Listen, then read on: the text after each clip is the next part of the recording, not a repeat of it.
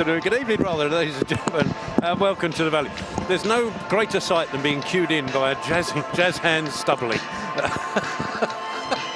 Ah dear, there we are. We're having fun at least. Yeah, welcome to the Valley for this evening's League One fixture and clash against Bristol Rovers. Alongside me is Jazz Hands Stubbly. I'm going to have to call you that from now on.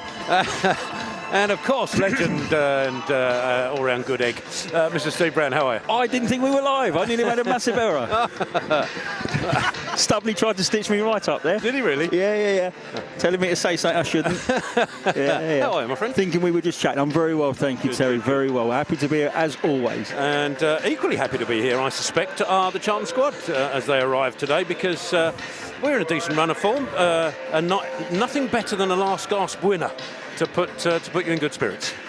Absolutely, yeah, and I think we spoke about it on Saturday briefly after the game about how important that goal was and where it leads to, which is a really buoyant training ground, a really upbeat staff, what should be an upbeat atmosphere inside the Valley, and I actually think it's probably put a few more bums on seats actually tonight that maybe would have come if we'd have gone 0-0 or lost that game. So there's lots of positives to take from that victory. And I think I was on a radio show last night and we were talking about, 5 wins from 7, 1 loss in 9, bit of momentum, and a run of fixtures that can really push us on, actually. And tonight being another one where Bristol Rovers aren't in the greatest of forms. They've got an untried, untested manager in Calderon, who I actually worked with when he was at Brighton & Hove Albion under Gus Poyet. So he's a Spanish coach, will like to play football. Whether he can implement his style as quickly as he wants to with the staff he's got, we'll see. But yeah, I think we're in a good spot, Tel. And I think Saturday was a huge moment in terms of that we managed to get that goal and the 3 points. Well, I'll tell you what, let's have a quick look at the highlights at Shrewsbury. In a stream, by the way, this evening that's sponsored by NordVPN.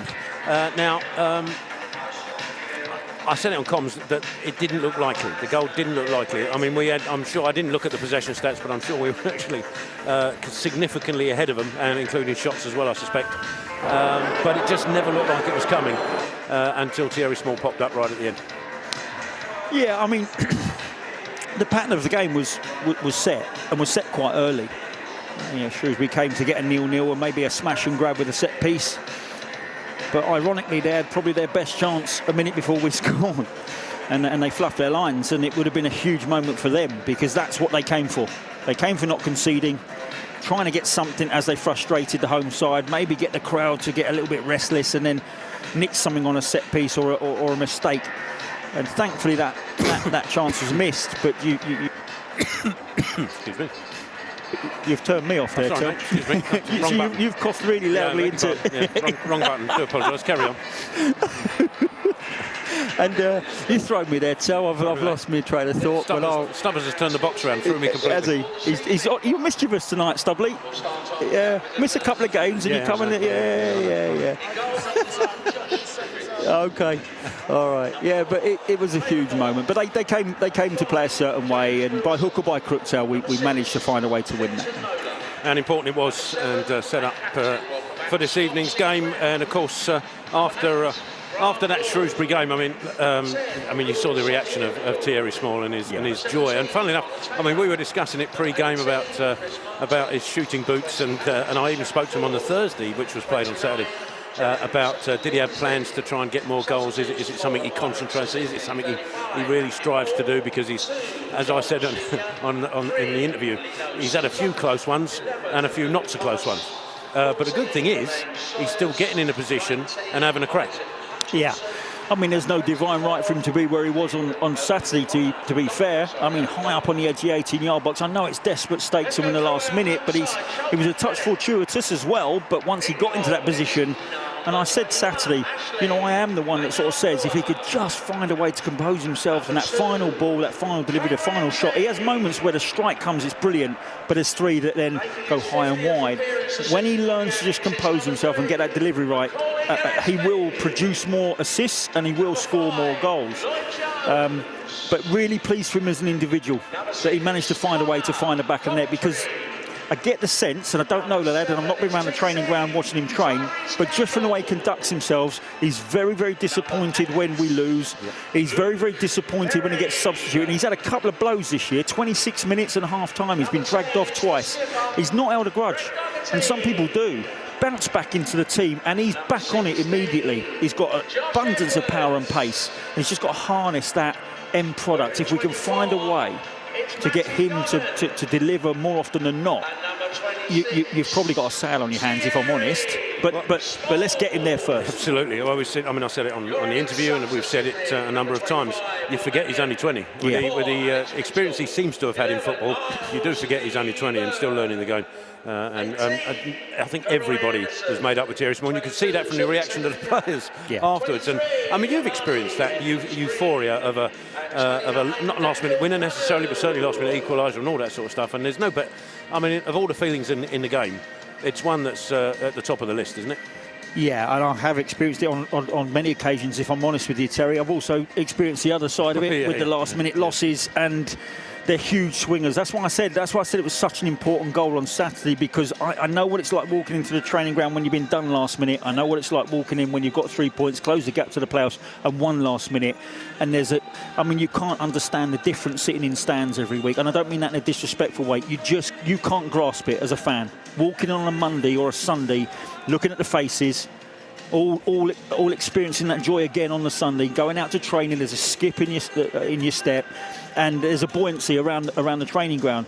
And from that, you start edging towards more confidence, better morale around the training ground, more belief in you as a team. And it's so important. But then when you get the knockbacks, and this is why I've quite liked Doherty in recent weeks, when we've had the knockbacks, he's acted like a proper captain.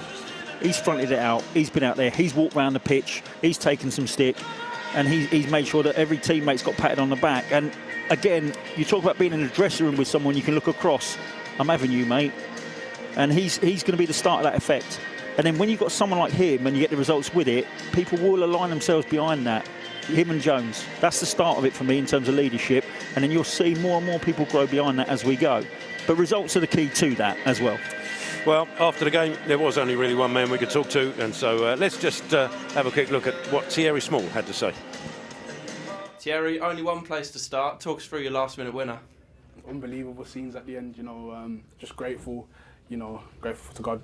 Just keep working hard, and you get rewarded for it. And that's today. And the most important thing was 3 points. To be honest with you, obviously, I'm just happy that I could contribute and help the team get over the line, because it wasn't the best of games, if I'm being honest with you. It was one of them long-winded games, but just happy we could get over the line and get the winner, and can't wish anything more.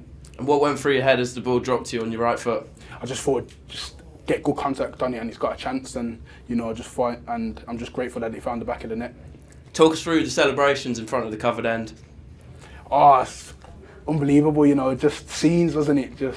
I just thought, just pure passion, to be honest. Just, as I said, just so happy for the team and happy for the fans that we can just, as I said in previous interviews, we just want to keep building, and I'm just happy that I could play my part today to help the team do that.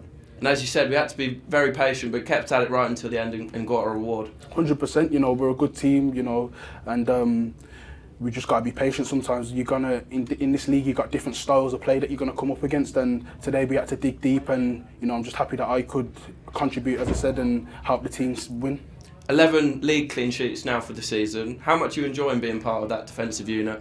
Oh, it's class. The lads are solid at the back, and we just want to keep it up. The gaffer, is great with us drilling into us to get clean sheets and working on us, in the training ground. And as I said, that's one thing that he wanted, and I'm just happy that we're able to do this. And great scenes at the end with the supporters at full time singing your name. How special was that? Oh, really special. I love the fans here, and I'm happy that they've took a liking to me, because, as I said, all I want to do is just work hard for this team and help this team win. So I'm just happy, I'm grateful that they take a liking to me, and I'm just happy I can give everything. Another quick turnaround with Bristol Rovers here on Tuesday, which is another chance to keep the momentum going. 100%. With football, you can't get too high, you can't get too low. We got the 3 points, which is the most important thing, and now we just got to keep the momentum going. We've got to forget about this game as much as we want to, enjoy the win today, and then now we've got to move forward, when we play against Bristol Rovers, and try and keep the momentum going. Thanks, Jerry. Well done. Thank you very much. So there we are. That was what match winner Thierry Small had to say about his last gasp victory goal against Shrewsbury on Saturday. And well, let's hope we can repeat some more of that. Maybe not wait just as long for him to grab a goal this evening. But also in good spirits was Curtis Fleming, assistant manager, and we had the opportunity to speak to Curtis Fleming immediately after the game as well, and let's hear what he had to say. Curtis, what a moment in front of the covered end. Sum up your emotions. Relief, excitement. I think we're probably proud as a coaching staff as well that we kept going. We said the lads it may take 98 minutes to get that win. They're a very resilient team, Shrewsbury Town. They've had a real uplift since Gareth Ainsworth's gone in. So we knew that we were going to have to, battle all the way to the end, and we knew that we may need some of our game changers to come on and have an effect. And they did, and really, really happy for Thierry, scoring with his right foot, which is a wonderful thing as well. But he's someone that's been playing out of position for the last few games, and I think he's really grown into it. He's out every day practicing and trying to get better in that position, so he really deserved that. So we're really, really happy. The important thing today was we had to win the game, and we've won the game. And it's taken us, you'd like to win it in the first 8 minutes or the first 2 minutes, but you don't in this league. So to win in the last couple of minutes was wonderful. What did you make of the team's performance? We knew it was going to be difficult. Last time out, Shrewsbury beat Wrexham. They've beaten Birmingham. As I said, they've been really, really solid. Garrett's come in, he needs to do a job. So a real solid team, but with a lot of energy, a lot of grit and determination. Which is Gareth Ainsworth's team, and I think they really. We knew it would be difficult to break them down. We think you could have shown a bit more guile, a little bit more quality at times, moved the ball a little bit quicker. But that's something that we can look at, and something that we've been trying to improve on. But at the end of the day, as I keep saying, it's 3 points. An 11th clean sheet of the season. How important has the defence been for our recent success? Hugely important. I think the defence have done unbelievable. But within those 11 clean sheets, you're going to have a striker tracking back. You're going to have a midfielder blocking a shot on the edge of the box. So it isn't just them, it's a team.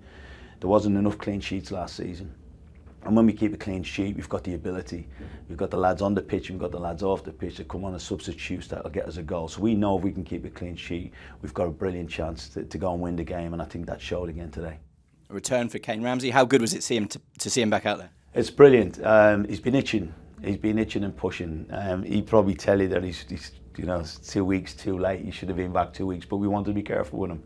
He's an important player for us. He was playing very well before the injury. He was unlucky to get an injury, and we don't want anything to kind of scupper that, to come back early. And we said to him, just work the extra 2 weeks instead of missing 2 or 3 months.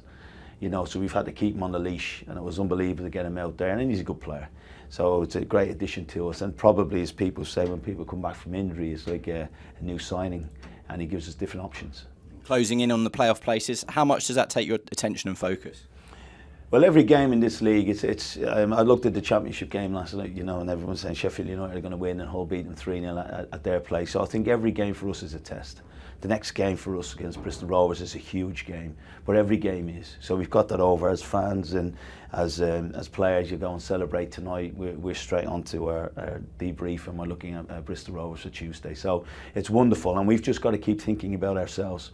We have to be the best version of ourselves, and then see where that gets us. And when we are like we are, and today I think we're more proud of, the manager's more proud of us just believing. We said before the game it may be 98 minutes. And it wasn't far off it. So we're really, really happy with that, and then we move on. And back at the Valley on Tuesday, how important will that game against Bristol Rovers be? It's huge, but as I said to you, every game is. It's not April yet. Everyone's saying playoffs. We just have to keep picking up as many points. And then when we get into that last month is when the real pressure comes, I think, because that's when you have to win your games, or you have to get a result, and that's what you're looking at, how many points can the opposition team get. So for us, it's hugely important on Tuesday. But again, I think the fans are wonderful at the end, and they probably sucked the ball in when they left Thierry's right foot. And it's very, very important that they come in full voice again on Tuesday, because the lads, it definitely spurs them on. Being an ex-player, I know that. Perfect. Well, congratulations, Curtis. Thank you very much. Well, there we are. That was Curtis Fleming and his reaction to our victory on Saturday, and hopefully we can back-to-back home victories would be nice. And given the run we're on, I mean, we look at the table now, Steve, and we are edging ever closer, I think it's fair to say, and it's not something that necessarily looked likely 2 months ago, but we're certainly on a roll. I would say it was highly unlikely 2 months ago, such is the run that we've been on. We've already said 5 wins in the last 7 will always give you a massive boost in terms of your points tally, and what I would say is what seemed unlikely, you now put yourself in a position where you think, well, have we made that run a bit too early? now. You can't, beggars can't be choosers. We're in a great spot. I have mentioned it already, but we've got a tough game Saturday. But I think they're all winnable games, the next 4. Realistically, Blackpool away is tough, but there's tonight is winnable for me. Peterborough are out of form, struggling this season. Winnable for me. So Stevenage again is another one where I think it's going to be like Saturday. It's going to be very, very tight. It's not going to be pretty to watch, but it's winnable. So we'll see where we are. We've got a couple of tough ones in February, and then I think March is very, very busy. And I think March is going to be the real telling month. 7 games, and I think squads will get tested. And hopefully we're in a position at that point that the smaller squads suffer, because I think we have got a little bit more strength in depth than most, particularly in that forward line. It's been noticeable when we brought on Chukwuemeka and Godden late in games. I don't think anybody else in the country can bring on 2 players like that for the last half an hour to change games. We do have that ability within our squad. And so that March period of 7 games, which 4 are away, I think it's going to test a lot of squads that are up there that have got smaller squads. Leyton Orient's probably one. They're a good team. They're a very good in terms of how they've got themselves in that position. But if they got 2 or 3 injuries to key players, they haven't got the strength in depth we have. Can I ask you this, and it may be an impossible question to answer because we don't know at this point, obviously, but do you think it hinges on any signings we may or may not make? Will we have a much better opportunity of attacking the playoffs if we can bring in a couple of bodies? Not to say we won't have a decent shift if we don't, but could it be the difference? I think it will make a difference for sure, because we've all said, I don't think anybody, if there's one position in particular that I think when you mention, where would you strengthen, everyone says attacking midfielder. So if Berry does pull an injury, or for whatever reason Nathan Jones just doesn't fancy him, in terms of form, that is a position we struggle with. I've quite liked Anderson coming on in recent games. He's offered a bit of pace, a bit of tenacity, and he has looked equally as good as Godden and Ike when they've come on to change the game, particularly up at Bolton. But I think if we got a specialist attacking midfielder from a Premier League side, say on loan, I don't see how that could fail to increase our opportunities, moving forward this season. I'd like to see 2 come through the door, but if they don't, they don't. But I'd argue that what you said is correct. It would strengthen us. It can't weaken us, can it? Well, no, obviously, but also and cover as well, because we saw how much we stuttered a little bit when we had Miles out. We had obviously Kane Ramsey out and Lloyd Jones out.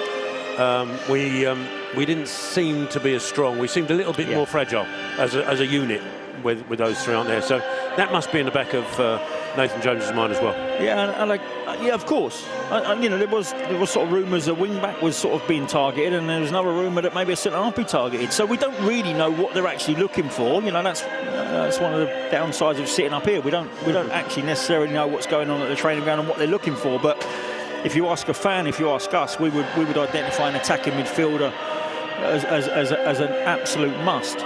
But yeah, I think obviously that season we attacked the playoffs, Terry. We got in Mills and Yowes, and Sash Illich I think broke into the side, and 10 clean sheets out of 12 or something. I'm not saying we do that, but it has to benefit this squad, and we have struggled. Like I've just mentioned Leyton Orient with key players, we have struggled with key players missing. But I also think we weren't in great form at that point either. So there's a duel there. We weren't in great form and we missed key players. I wonder if we'd be the same if one of those key players went out now. I think the team's in a better position than it was. It's definitely been a patient transfer window, I think it's fair to say, certainly in League One, because there hasn't been a huge amount of activity, has there? Across the board or for us? No, across. Yeah, across the board, yeah. I think people have got wise to the fact that you end up getting people's offcuts, or why are they available in January? You either pay through the nose for them or they're not wanted where they are. So I think people have got a little bit wise, and cash is hard to come by in League One. Yeah. When you look at the EFL records of where everybody's sat, there isn't a great deal of money flying around. There's one or two clubs that have got an abundance of it, and then everybody else is, struggling a little bit. So they've got to be really picky with what they get in, and they've got to be quite astute with it. I think most clubs now are going to do business in the summer. Well, in League One. But there's also possibly, and I don't know because I'm not a party to it, but in the background you've got these new rules coming in next season. Anybody who doesn't go up then has a lot more stringent rules. You can only spend a percentage of your turnover or whatever it is, and so the rules change drastically next season. Are teams, even at the top, a little bit concerned about that? A little bit concerned that if they do this now, it could come back to bite them? Yeah, potentially. I mean, we're not going to really know until next year. But the way you've just phrased that, if your turnover's poor and you're up in the, I don't know what Wycombe's turnover is, but they're the ones in the top 4 at the moment. It was the team I was thinking of. Yeah, that you'd imagine is going to go, if we don't go up now, we're going to seriously have to reduce our wage bill. I don't know how it all works. You have to be around it to understand it. But yeah, they're the ones. Whereas Wrexham, if they don't go up, they'll find a way to generate more money and more revenue, and they'll still be, relatively good to go in terms of what they want to bring in. So yeah, we'll see how it all pans out. But we've had many changes over the last couple of decades, and it does settle down, and we'll work it out as the seasons go by. Well, that's true, and we will be the last to know. So, one thing we can tell you, however, and this is news that is breaking, it's hot, and it's a privilege to give it to you, actually, that we do have an announcement, and we do have something that is as good as a new signing, and that's the news that Lloyd Jones, club vice-captain and somebody who's been superb for us this season, has just signed a new 2.5-year deal to stay with Charlton Athletic. Fantastic news. Let's hear what he had to say.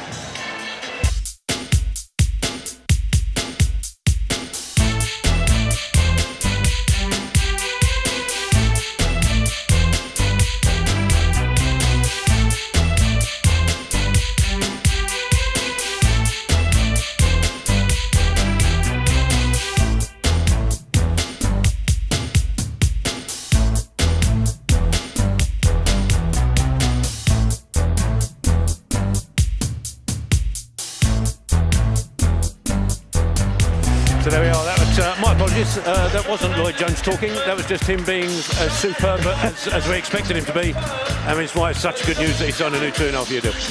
Yeah. I mean, I was aware when I got in the ground today because the ones that sorted it out were beaming. I think it meant a lot for people in this building that they got that over the line, and I think it's right that they did so, because he's been a big piece of the jigsaw, actually. Well, we're delighted that he did. I mean, the defender who joined the Addicts in June 2023 has put pen to paper on a new deal that runs until the summer of 2027. We're delighted, and the club are delighted to nail Lloyd Jones down to that contract. And as a player, how big a difference does that make to you as you come into a game that none of that's hanging over your head? It's all you can just concentrate on playing. Can't say it's a position I found myself into. Okay, fair enough. No, listen, look, it's a massive weight off your mind, because I tell you what's in the back of Lloyd Jones's mind. We spoke to him after the Bolton game. It was clear he wanted to stay. Yep. But that's just one part of several cogs that have to fall into the wheel for it to work. And one, the agent finding clubs who want to offer him more money elsewhere. But as a player, if you're settled and you like where you are, I was a massive advocate of the grass isn't always good. I saw teammates leave and it went flat for them. And so I always thought, if I can get a deal sorted here, I like it here, I don't have to move house, and all those things that go with it. And I got the feeling, talking to Lloyd Jones after the Bolton game, that he wanted to stay, and that's the first key element. Then you've got to match the ambition as a club in terms of the wages that Lloyd wants. But I think once you sign that deal, everything else goes away, and you can just concentrate on the football. Whereas when it's in the background, it's horrible having it hanging over you. Like, you don't sign anything in January, you're out of contract in the summer, you've got no idea what's coming your way. It could be a massive plus, but it could be you could get injured from now to then, and it's horrible. So it'll be a weight off his mind, and now he can concentrate on the football. Well, speaking of concentrating on football, let's do exactly that. And I will read you out the sides as the two teams come out of the tunnel. But just in the meantime, let everyone know 2 changes for the Addicts. You've got Matty Godden coming in for Miles Lieburn, and also coming in is Kane Ramsey for Alex Mitchell. Your thoughts on the two changes, Steve? Well, we did hear that Kane Ramsey might come in Saturday, actually, because for what we said when he come on the pitch, which is a player with a bit more pace in that right-sided centre-half position, which has ended up almost, Alex Mitchell's almost playing at right back at times, and I just felt that, you know, Nathan Jones wanted someone with a bit more mobility and pace, and someone who will drive out with the ball and look comfortable in possession. And so I think that's why we're seeing Kane Ramsey enter the back line. Alex has done very, very well, but I think you have to agree that Kane's a slightly different player in terms of the physicality and what he brings pace-wise. And then in the other changes, we've gone for two small men up front, which is unusual. But Miles did look like, if I'm honest, after the last 3 games, he might need to come out for a little bit. He's not really hit the 7s and 8s that he would have wanted to hit playing, and it's probably the right thing to do, to just bring him out the side for a game and put him on a sub bit later on and see where we go from there. So the two sides are now out below us and walking either side of the halfway line, and as they do, I shall read you out the two sides, starting with our visitors, Bristol Rovers. In goal for them, number 1, Josh Griffiths, 4, Taylor Moore, 5, James Wilson, 6, Clinton Mola, 7, the captain, Scott Sinclair, 8, Grant Ward, 10, Rules Saturio, 17, Connor Taylor, 18, Chris Martin, 28, Shaq Ford, and 29, Jamie Lindsay. Your subs for Bristol Rovers, Matthew Hall, Joel Senior, Lino Sousa, Luke Thomas, Romain Sawyers, Isaac Hutchinson, and Gatlin O'Donker. Your Charlton side will line up with in goal number 21, Ashley Maynard Brewer, 2, Kane Ramsey, 3, Macaulay Gillespie, 5, Lloyd Jones, 6, Connor Coventry, 7, Therese Campbell, 8, Luke Berry, 10, the captain, Greg Doherty, 16, Josh Edwards, 24, Matty Godden, and 26, Thierry Small. Your subs for Charlton, Will Mannion, Alex Mitchell, Miles Lieburn, Karoy Anderson, Chuck Saniki, Romani Edmonds-Green, and Daniel Canu. Your referee for this evening is Farrell Hallam. He's going to be assisted by Jonathan Block and Alex Bradley, and your fourth official is Craig Hicks. The addicts obviously in both sides actually in traditional shirts. Charlton traditional red shirts, white shorts, red and white socks, and Bristol Rovers in their blue and white quarters with the blue shorts and blue socks. So that's rather unusual. Normally teams are contractually obliged to wear a different kit when they travel away. Bristol Rovers having none of it this evening in front of a few hundred fans in the Jimmy Seed stand. It's a crowd that, given the weather, given the evening kick-off, a little bit more sparse than usual. Yeah, I think these are the ones that we struggle at times. You know, when the opposition are struggling and the weather's poor. And we've got a little Tuesday night game. I think you expect the crowd to be a little bit down. I think it would have been less if we hadn't scored the winner on Saturday, if I'm honest. But yeah, I think the cover then was busier than that, and obviously the Alan Kirbyshire stand was busier than that, and we've got a sprinkling of away fans to our right, so the crowd will be down. Well, the referee has spoken to the two captains. We've had the coin toss, and Charlton will attack the Jimmy Seed stand in the first half. Looks to me like Bristol Rovers going to have the kick-off. And indeed, Ruel Saturio is heading towards the centre circle and the centre spot to get the game underway. Referee checking however many watches they have nowadays. Do they just have the one? Used to be 2 or 3. I have no idea. Is the answer to that question, Terry, I'm afraid? Find out for me and come back, will you? Yeah. Off your pop. And the referee does get the game underway here. As Rovers attack down the left-hand side for them. Ball goes straight out of play. Early throw to Charlton. Kane Ramsey will deliver it down the line. Looking for Godden. He gets something on it. Small will pick it up towards Campbell. Releases Godden again, and Campbell getting on the return ball into the penalty area, but coming across sharply was Moore, and just as well he was to just deflect it back to his keeper. Early surge for Charlton, sadly not resulting in anything other than a defensive cover. The keeper has it on the pretty much on his penalty spot, looking either side, and now passing it away to his left-hand side, and Taylor goes past Matty Godden, and surging forward is Taylor over the halfway line. Still in possession, Taylor. Now trying to release the ball through the middle. It's a good block initially by Jones, but Bristol Rovers had the ball back. It's with Ford out to the middle is Ward, right across to the right-hand side. The ball goes now. There's runners in the shape of Moore. It's back out to the edge of the penalty area, sent in, but it's a deflected cross away, and it'll be the first corner of the evening to Bristol Rovers. Yeah, very good build-up play actually. I've said it already that I worked with Inigo Calderon down at Brighton. He was a very pivotal player in Gus Poyet's promotional winning season out of League One, and that setup looked very reminiscent of Gus's setup down at Brighton. They're going to look to play out from deep areas. Well, there was a thought of a short corner, but that's been dismissed, and this ball will be delivered into the Charlton penalty area. It goes straight across the penalty area as well, and Terry Small tried to clear it away. It's come off the wrong side of his boot, and it's waiting for a corner on the other side. Like a foul ball in baseball, that one. Off the shin, high and wide. It'll be the Bristol Rovers corner from their left-hand side. Jamie Lindsay. No, it's not. It's Shaq Ford who actually is going to take this.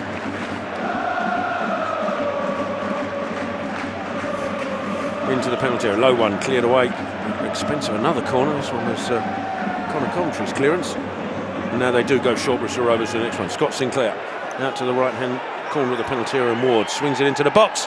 It's pinging about in there, and nobody yet clear, and finally Berry gets it away, and then he's fouled in the process. And Charlton will have a free kick virtually on the penalty spot, but a little momentary panic there in the Charlton defence. Yeah, I think they wanted a foul initially before the ball got anywhere near the centre of the penalty spot. Didn't see who was down. I think it was Lloyd Jones. Looked like he'd been pushed over.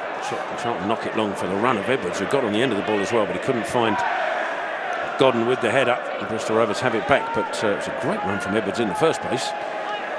Sadly, nothing came of it as Bristol Rovers clear it forward. Jones heads it back towards the halfway line. Flick on from Coventry, but it doesn't find Campbell.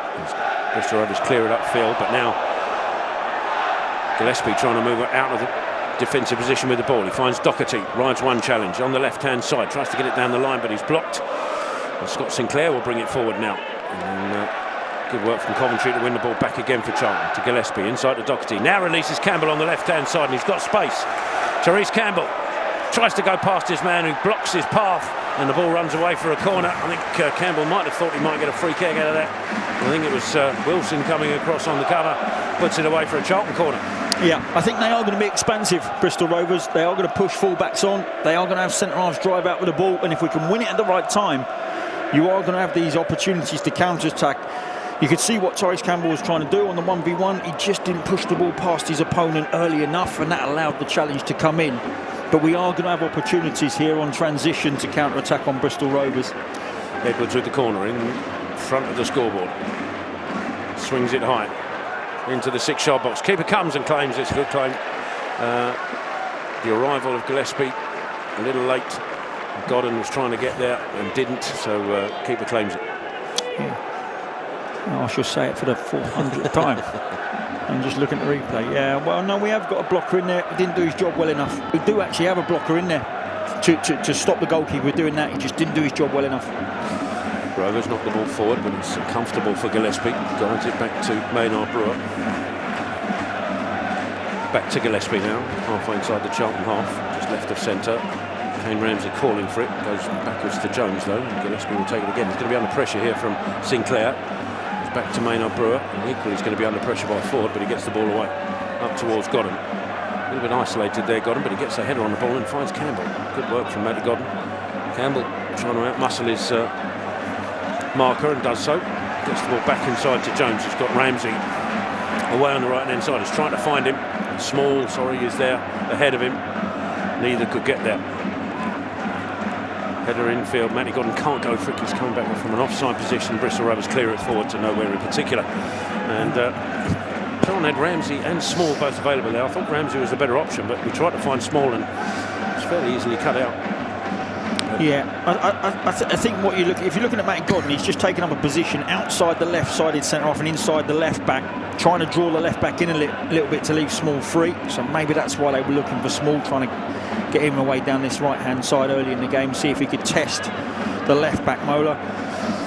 Charlton try and do that again, and Small trying to flick it round the corner for Matty Godden, but it was just the wrong side of him. Cleared away by Bristol Rovers, but Edwards wins it. Doherty back to Gillespie. Gillespie looks up, trying to see the run of Campbell, but it's far too much on that ball through, and it'll run through to Griffiths in the Bristol Rovers penalty area. So we've had 6 minutes, nothing much to report really. It's a game of cat and mouse, both sides. It's end to end without any final product. Griffiths just trying to draw Matty Godden in so he can roll it out to Taylor, and that's exactly what happened. Taylor ball forward. Coventry trying to win it back for Charlton, but it's at the feet of Mola, bringing the ball forward. Mola just to his right hand side is Ward. Further on the right hand side is Sinclair. Looks to go on the outside of Edwards, does so, gets the ball into the box, cleared away by Gillespie. Sinclair always been good at that. Gillespie manages to pick out Campbell, but he's surrounded by blue and white shirts, and Bristol Rovers have the ball back. It's on the right hand side with Lindsay. Backing inside to Wilson. All the way back to his keeper. It's a horrible ball. He just about manages to deal with it before Godden can pounce. And there wasn't too much comfort in that, and Taylor clears it forward for Bristol Rovers. There's time and space for Martin to turn. He gets on the ball again after a 1-2, Martin. In space in midfield. He's got Sinclair away to the right hand side. In support of him is Moore. Sinclair looking to go on his own. Ball across the box, goes for a 1-2, but he's claiming he was blocked off, but even if he was getting nowhere near that ball. Goal away for the goal kick. Yeah, you can definitely see what Bristol Rovers are trying to do. Movement in front of the ball is very, very good. You know, they are going to make mistakes, I think, in build-up play from time to time, but when it works, they do pull you about. They've pulled us out of position a couple of times, and they look quite good. Mola looks pacey on this left-hand side. Sinclair's look bright and lively on the right. Satiri is joining as well. Martin as quick as he can. They look like they're not a bad attacking outfit, but I do think they are going to leave themselves a little bit exposed at times defensively. Can we exploit that? It's headers one from the goal kick by Taylor, and Bristol Rovers have it back. They swing it across to the right hand side, and Sinclair, we've seen a lot of the ball in the opening 8 minutes. He's attacking down that right hand side. Edwards comes across, still Sinclair with it, looking to take him on. It's more overlapping, but cuts back inside, still Sinclair. Now he's inside to Lindsay. Across to the middle is Mola, and then further left is Ford. Back inside to Lindsay. Slight miscontrol, but and as a result of that miscontrol, his next pass goes straight out of play.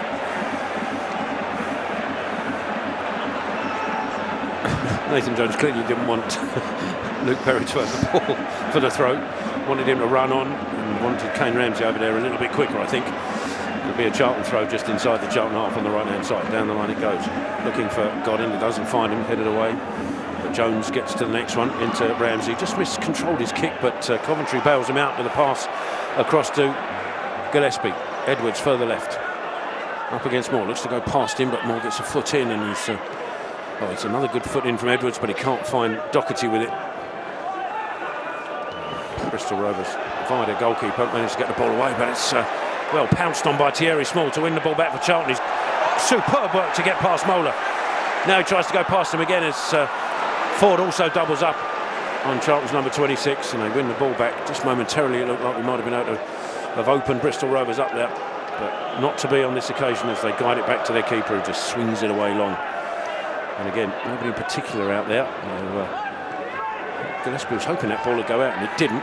Satiri reclaims it for Bristol Rovers. Back to Moore. Inside of him is Lindsay. Back out to Satiri. He's been forced backwards by Gillespie. Good work there, Gillespie, and the ball out. Subsequently then picked off by Coventry. Tried to find Campbell, that's gone straight to Lindsay, and neither team can seem to pick that final ball, or certainly the crucial ball at the moment. But Bristol Rovers will try it now on the left hand side with Mola. Ford is outside of him. Ford, ball into the middle, and Lindsay. Out to his right hand side is Moore. Moore with Sinclair out to his right hand side, instead lifts it into the penalty area, looking for Martin, cleared away by Ramsey.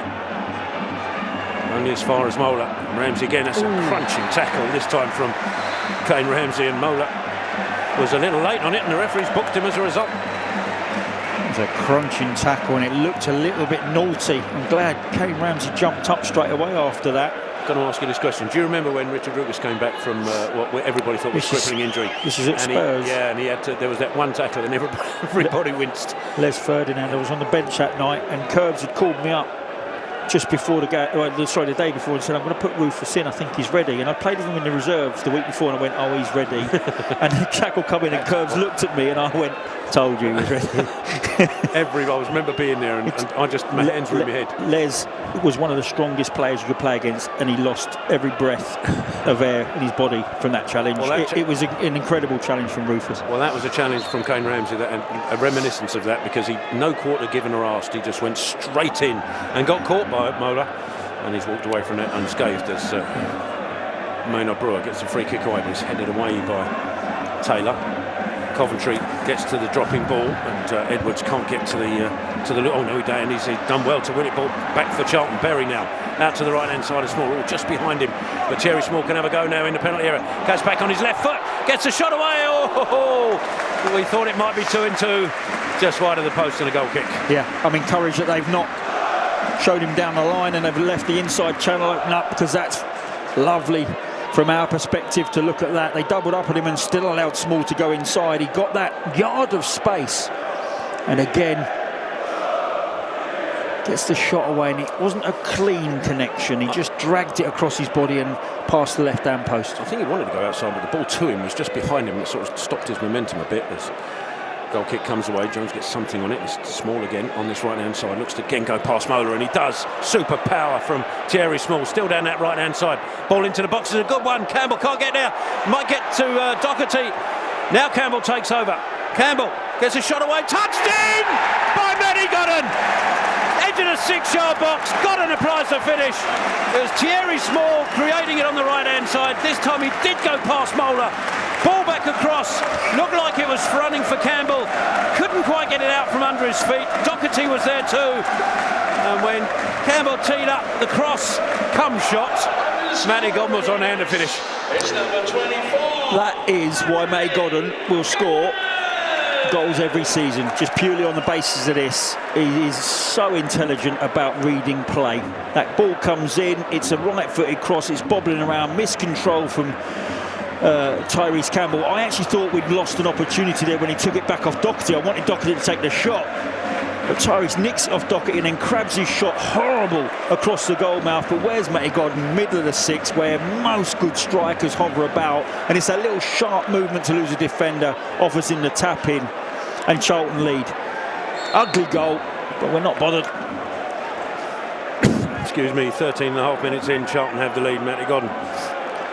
As Campbell pressing more, but gets the ball away to Lindsay. He almost got caught in possession, but just about gets it away, and it's Mola on the left-hand side. Further left is Ford. Ramsey snaps in and wins the ball back for Charlton and tries to turn him, and then Ford takes him out. It'll be a Charlton free kick just inside the Addicks half on the right-hand side. And I think that's probably an example of what we were talking about before the game as to why maybe Ramsey's brought in. He just that athleticism to get that tight and make those kind of challenges. He's had a good start in terms of being out a really long time, and a couple of good challenges, a couple of good bits of athleticism as well in there. Lloyd Jones clears it forward from a Bristol Rovers long ball forward. It's met by Taylor. Back towards Jones. It's turned him a little bit, so he's going to have to deal with this, and gets the ball away again. This time looking for Godden. Cleared away by Ford. Always a foot in from Coventry. It's a bit high, and the follow through. Well, Martin will stay down, but it did catch him. It was a little high, and I don't think he knew Martin was there, to be fair, but it certainly made contact, I think.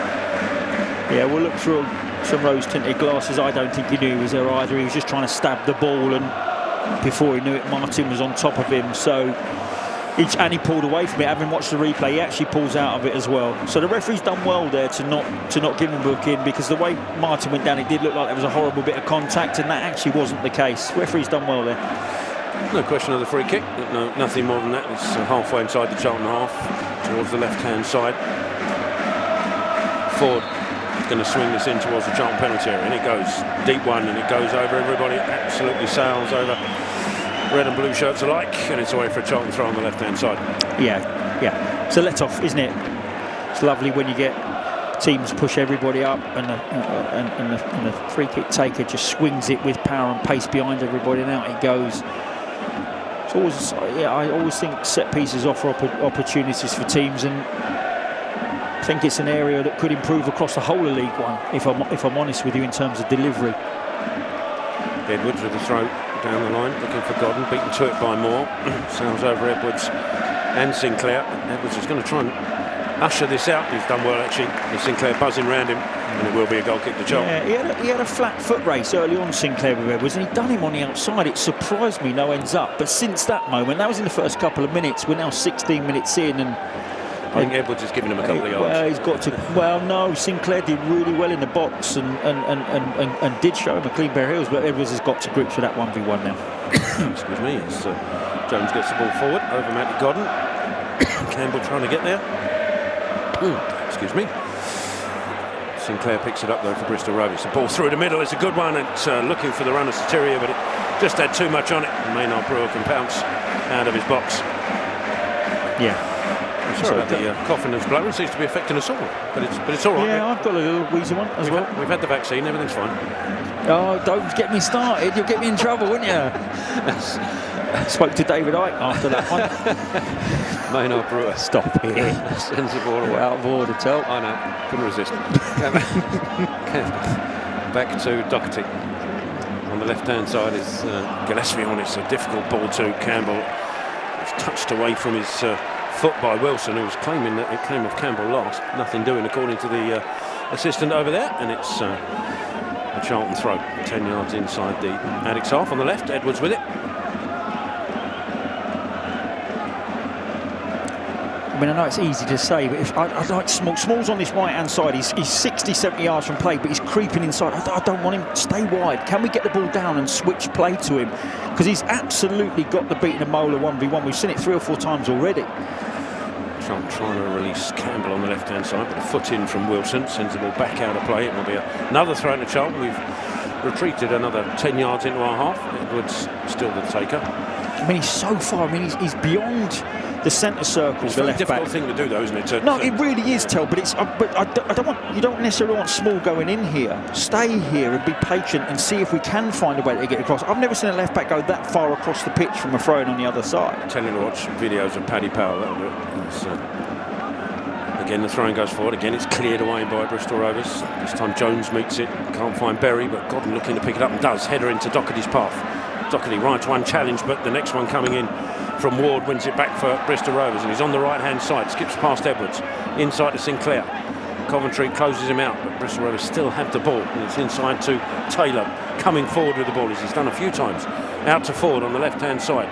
Ford cuts inside. Small and then Ramsey, and Ramsey adjusts to a fouled forward in an attempt to get the ball, so Bristol Rovers will have a free kick on the left corner of the penalty area. A little bit unlucky. You know, he took a little risk there to try and win the ball, and we give Ford a little bit of credit. He's just knocked it away from him just at the point Ramsey made the challenge. Contact came in, definitely a free kick. Charlton 2 men all. It's Berry and Campbell.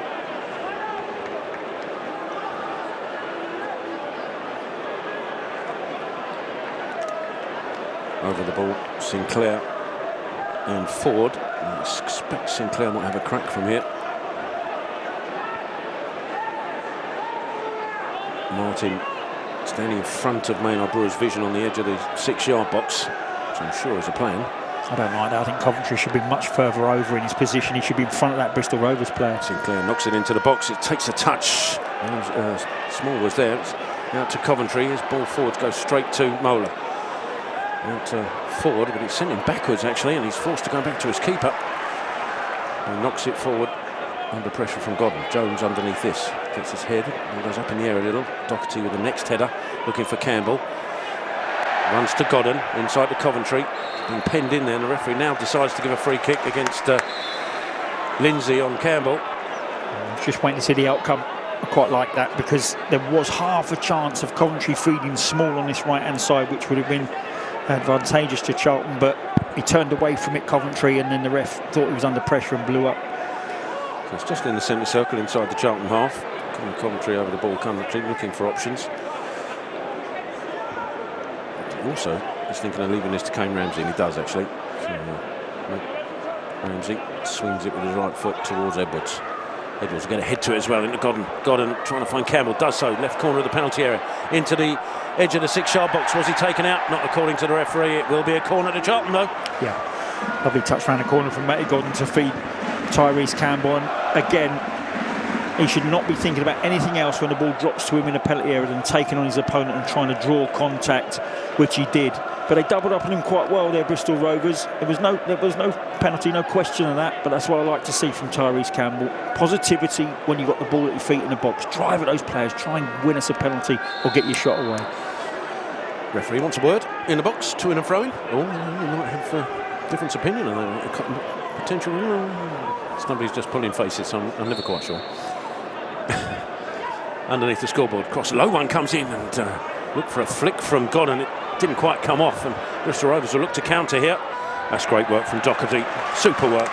Steps in front of Ford, I think it was, who then catches him in the back of the legs, I think, after he'd got to the ball and guided it back to Maynard Brewer, and he's feeling the effects of that, Charlton skipper. Yeah, he's not really a player, is he, that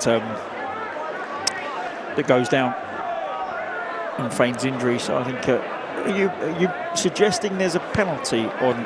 Yeah, I'm not agreeing with you on that one, Gregory, I'm afraid. But yeah, he's not a player that goes down unnecessarily, Doherty, and he felt the full effects of that challenge. He's up and back on the pitch. With that, I'll hand you over to Rich W to lead commentate the rest.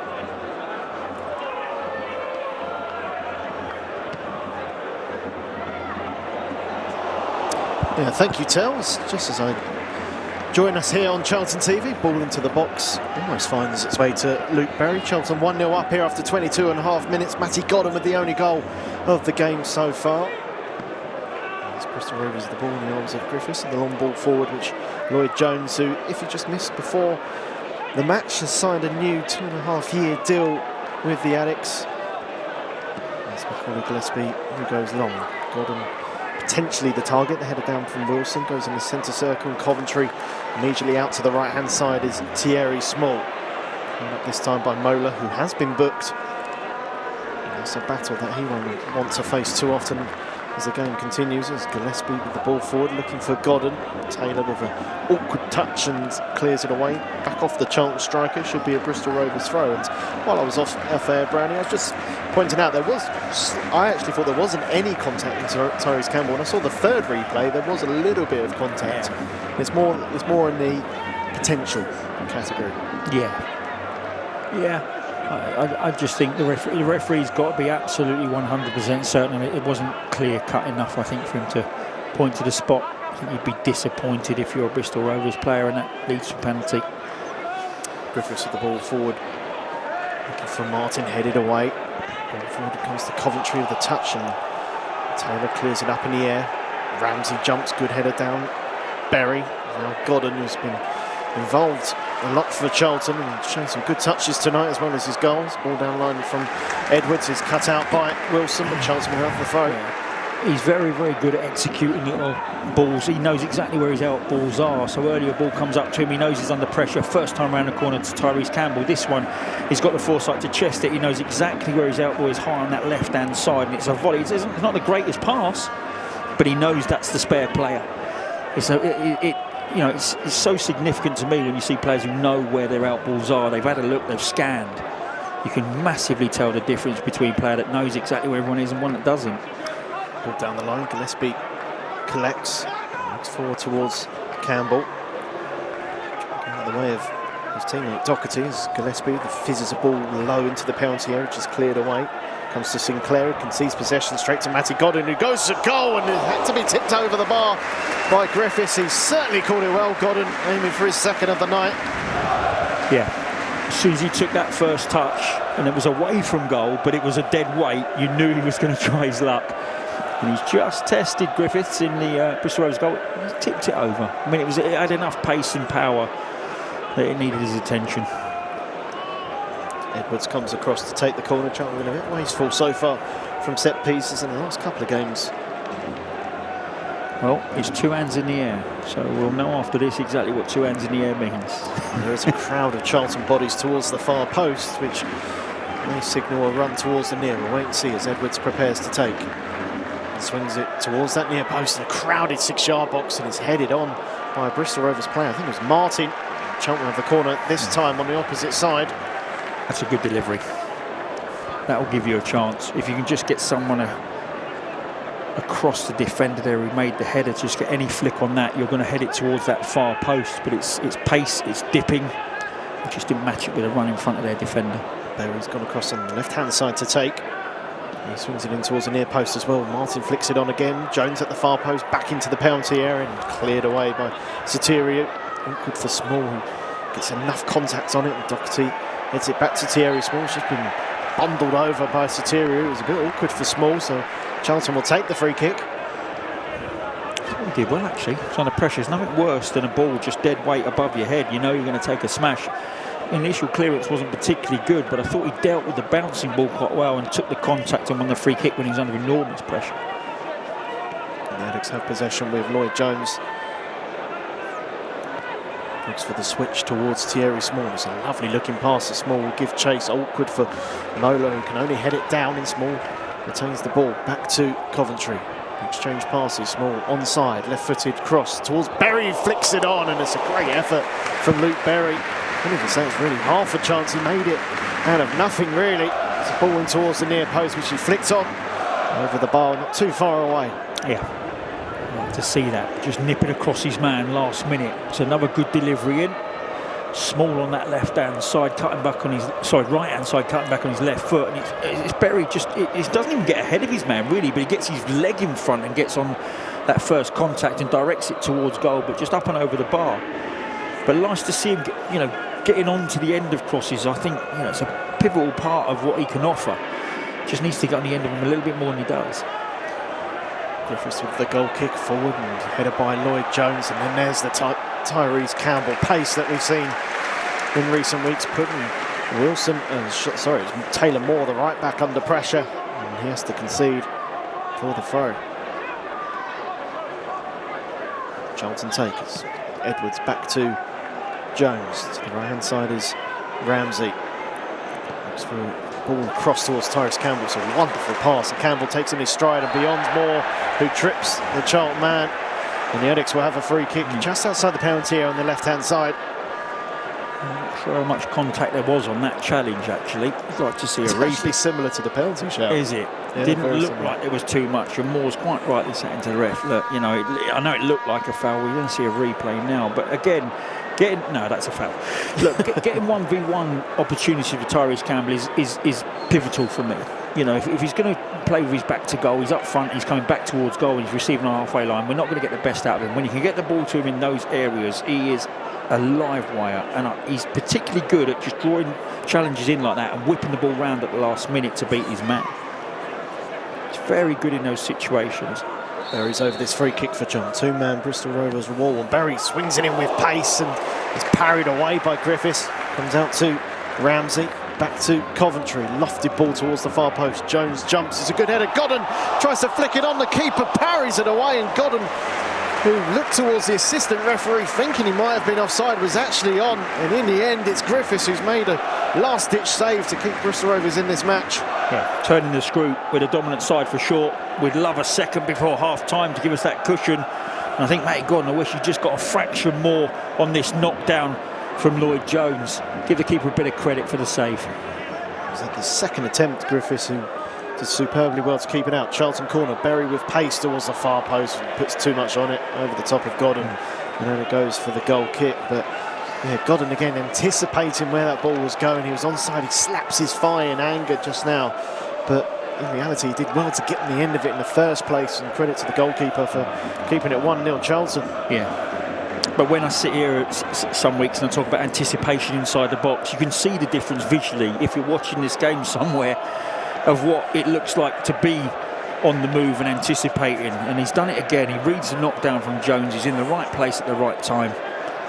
A superb work from Luke Berry. It's a long ball forward from Charlton, which for all the world looked like it was going out for a goal kick, and Berry showing a bit of youthfulness in trying to get to the ball, and not only did he get there, he was able to win Charlton a corner. It was a goal kick which Ramsey caught on the fall, on the volley. Taylor didn't know what to do. He was trying to usher it out for a goal kick, and Berry just played it back off the centre half for an Addicks corner, which Berry will take. Drifts it in towards Doherty with the header, and it's not too far wide. It hits the stanchion. It's a decent chance, and the chances keep coming for Charlton. Certainly rattling them up. We changed the corner taker on this right-hand side as well for the outswinger. It turned out to be not that either. It was a driven ball, and it was a lovely ball into about 3 or 4 yards past the centre spot, 8 yards out. And Doherty's ghosted in from the edge of the box, just can't get above the centre line to knock that on target. But I quite like the set piece. Griffiths at the ball forward, and Moore collects. We'll find Martin, and Bristol Rovers will venture forward for the first time in a while. As Sinclair now over on the left-hand side. Looks to take on Ramsey, goes past him. Sinclair with the cross, and well cut out by Connor Coventry. And cleared away by Small. Godden flicks it on, and Campbell's there for Charlton. An opportunity perhaps on the counter-attack as Campbell will look to take on Wilson, who just got a touch to the ball. And Charlton will have the throw. Best outcome. I didn't like how that got to where it got that quickly. It was a goal kick that we didn't challenge on the halfway line, and from that point when Martin chests it down, we're very, very exposed just from one pass from the goalkeeper. I like the fact we got Sinclair on the outside and he wasn't allowed to cut inside. I think earlier on in the season we let him inside and he slapped it in from about 28 yards. So I'm glad they doubled up and got him on the outside and cleared that up quite nicely. But yeah, just something we've got to look out for from that goal kick. That was too easy to get into our half on the attack. Coventry in possession for Charlton, who after the initial start, we've got 11,149 in attendance here at the Valley. But yeah, after initial first 10 minutes or so of Bristol Rovers possession, they've struggled to get on the ball. We just need a second while we're dominating, Greg. Actually, it's been a good last 15 minutes. Looking for one here. Charlton is balling from Edwards. Gordon tries to dummy it towards Berry. It comes off. I think that was Taylor. So Charlton will have the corner. Yeah, they started very brightly as an away side, and I thought they're causing us a few issues here, etc. And we've managed to stamp our authority on the game since the goal. You'd like to see a second, that's for sure. And I think we probably deserve it at this moment in time. I think this is the 7th corner, could be wrong, but Charlton, this time Edwards will take the left-hand side. And Bristol Rovers with everyone back inside the penalty area. As Edwards floats it in, looking towards Gillespie, wins the header, and it's a great save from Griffiths. It was a brilliant header from Gillespie, who was quite deep in the penalty area, guided it back towards the far post, and Griffiths diving to his right, was able just to get enough on it to palm it behind, and another Charlton corner. Yeah, driven again beyond, I mean, it's a long way out. That's about 16 yards out. And that's probably the only reason Griffiths gets across and makes the save, because it's come a long, long way. But he's keeping him in at the moment. He's certainly keeping the scoreline down to 1. That's the second save he's made in last few minutes. Corner again. Jones the target. Jones wins the header, but there's a free kick given.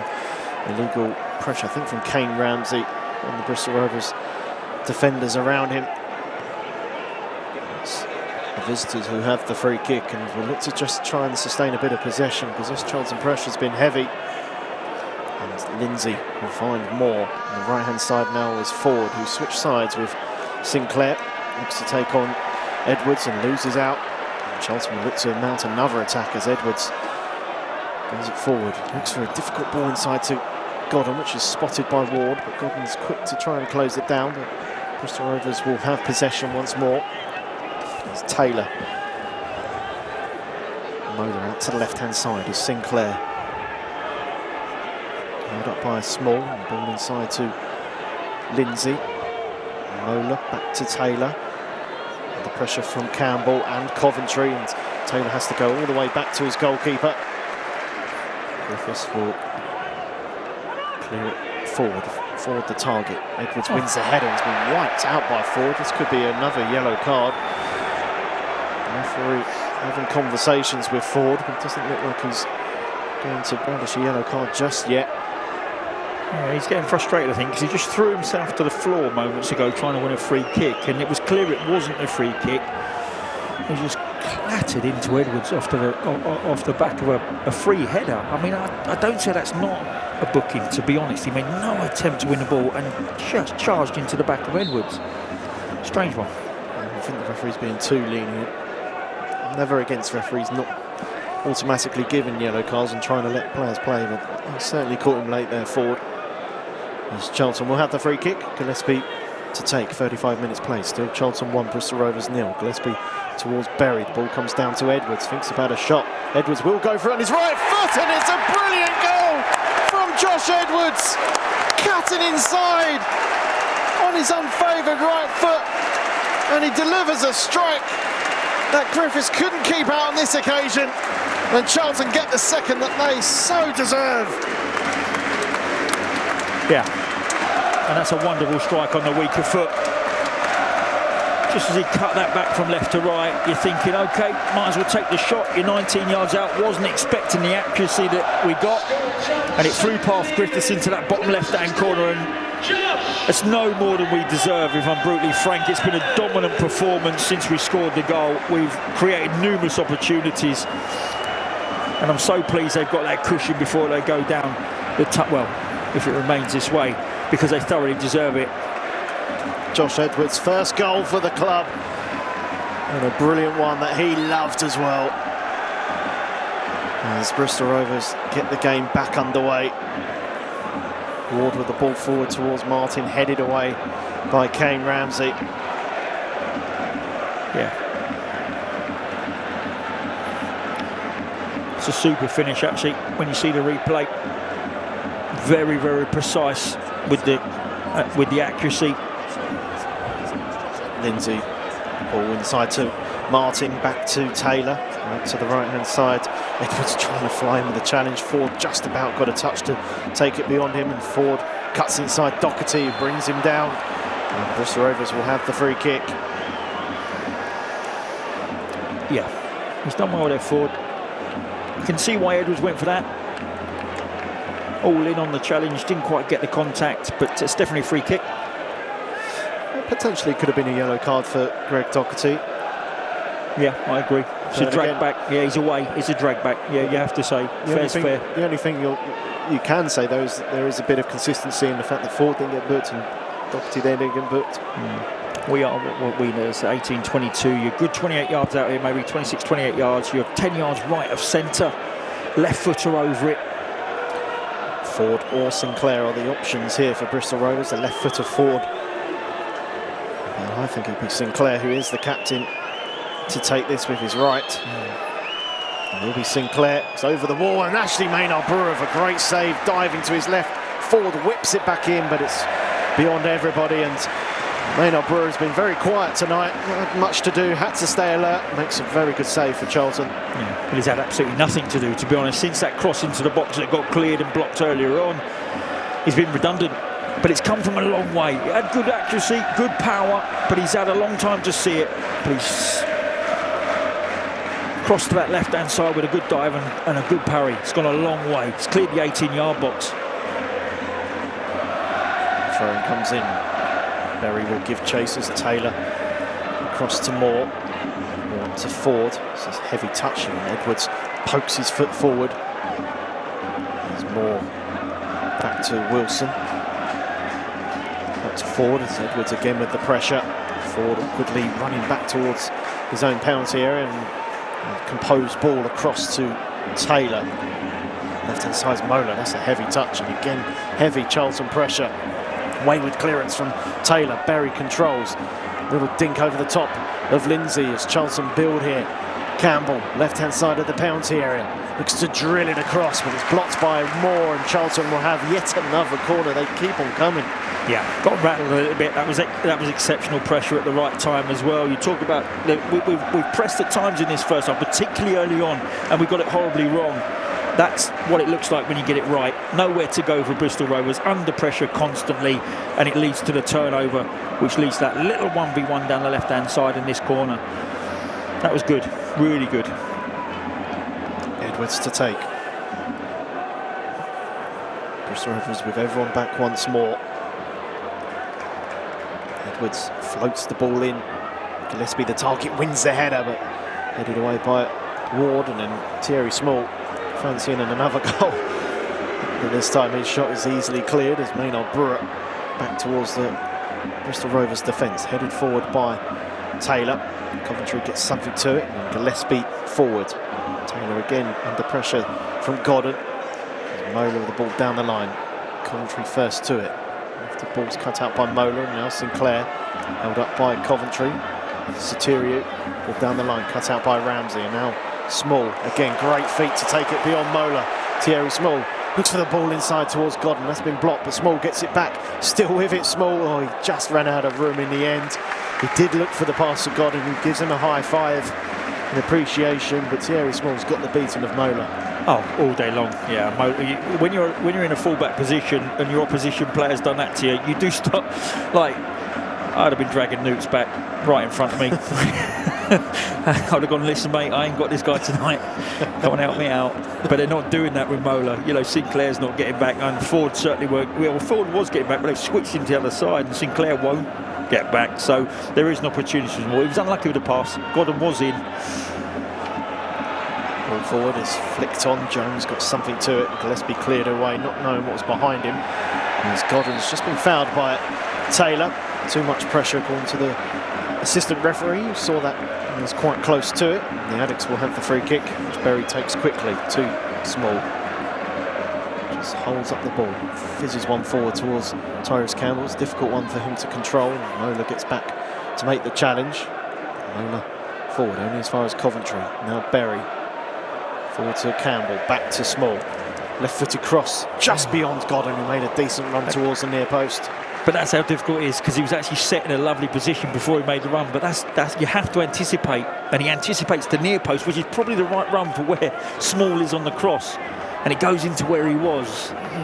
You know, I'd rather see the movement actually, and it not make it, because it's the movements that's key to generally unlocking. 42.5 minutes played. Charlton 2, Bristol Rovers 0 as Griffith long ball forward. Martin's just been wiped out by Jones. The referee plays on and Ramsey makes the header. I'm surprised the free kick wasn't given there, because it looked like Jones had just, not deliberately, but had just collided into Martin. I think the minute there's no contact, I think you think there's more chance of that being a free kick. If you win the header, maybe not, but when there's no contact and you've run into your opponent, I'm surprised the referee's not give a foul for that.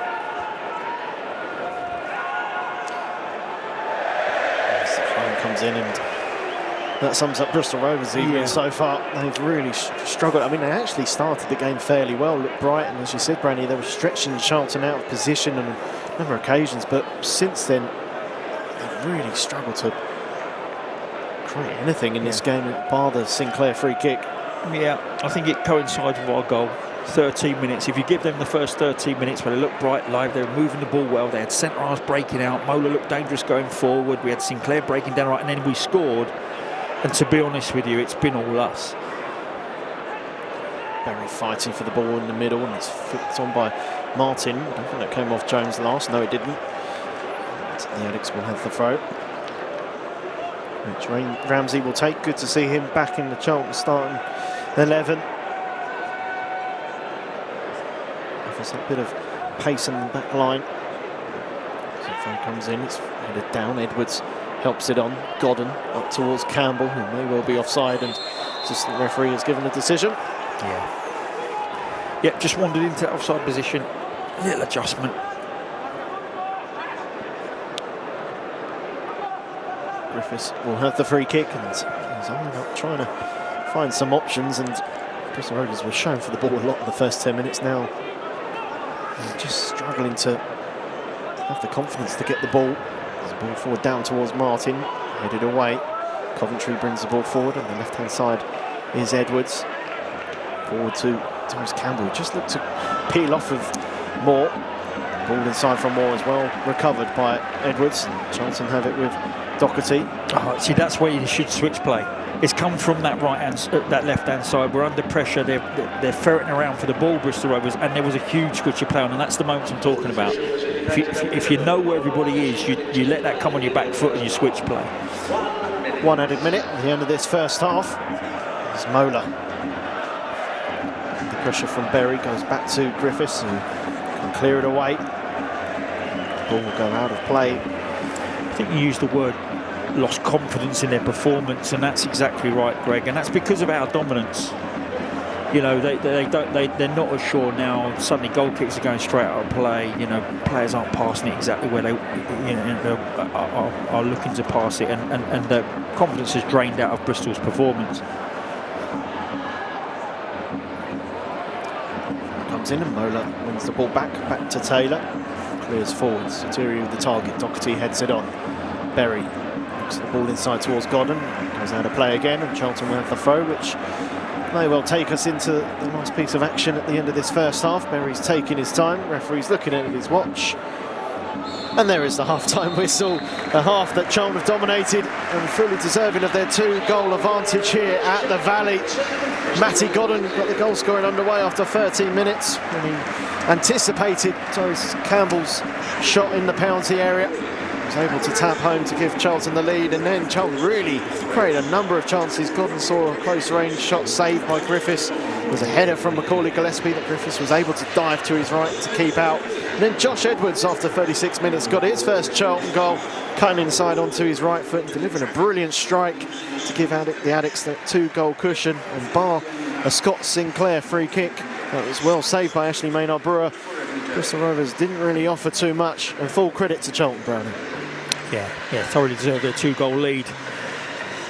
I did turn to after about 10 minutes and go, it's a good start from Bristol Rovers, but we've navigated our way through that, steadied the ship. Little adjustments, I would imagine, from the sidelines to players out there to start to get a foot in the game and take control, but the goal makes all the difference, and it was a lovely little finish from Matty Godden, just as all good strikers do, anticipating where the ball might drop, and that leads to a strike from about 6 or 7 yards, and from that point onwards Charlton have dominated. Greg thoroughly deserved the 2-goal lead, but it's an interesting team talk, I think, because I think obviously you go and get the third, it could be a really good night, but if you've got to expect a reaction from Bristol Rovers there, I think they're going to come out and be really keen in the first 10 or 15 minutes. We've got to make sure we don't concede in that period. I think that'd be vital to us going on and getting a third and a fourth. Well, we will be showing you some highlights shortly, but before we do, so make sure you stick around to watch that, but before you do, Charlton women were back at the Valley here on Sunday. Let's see how they got on.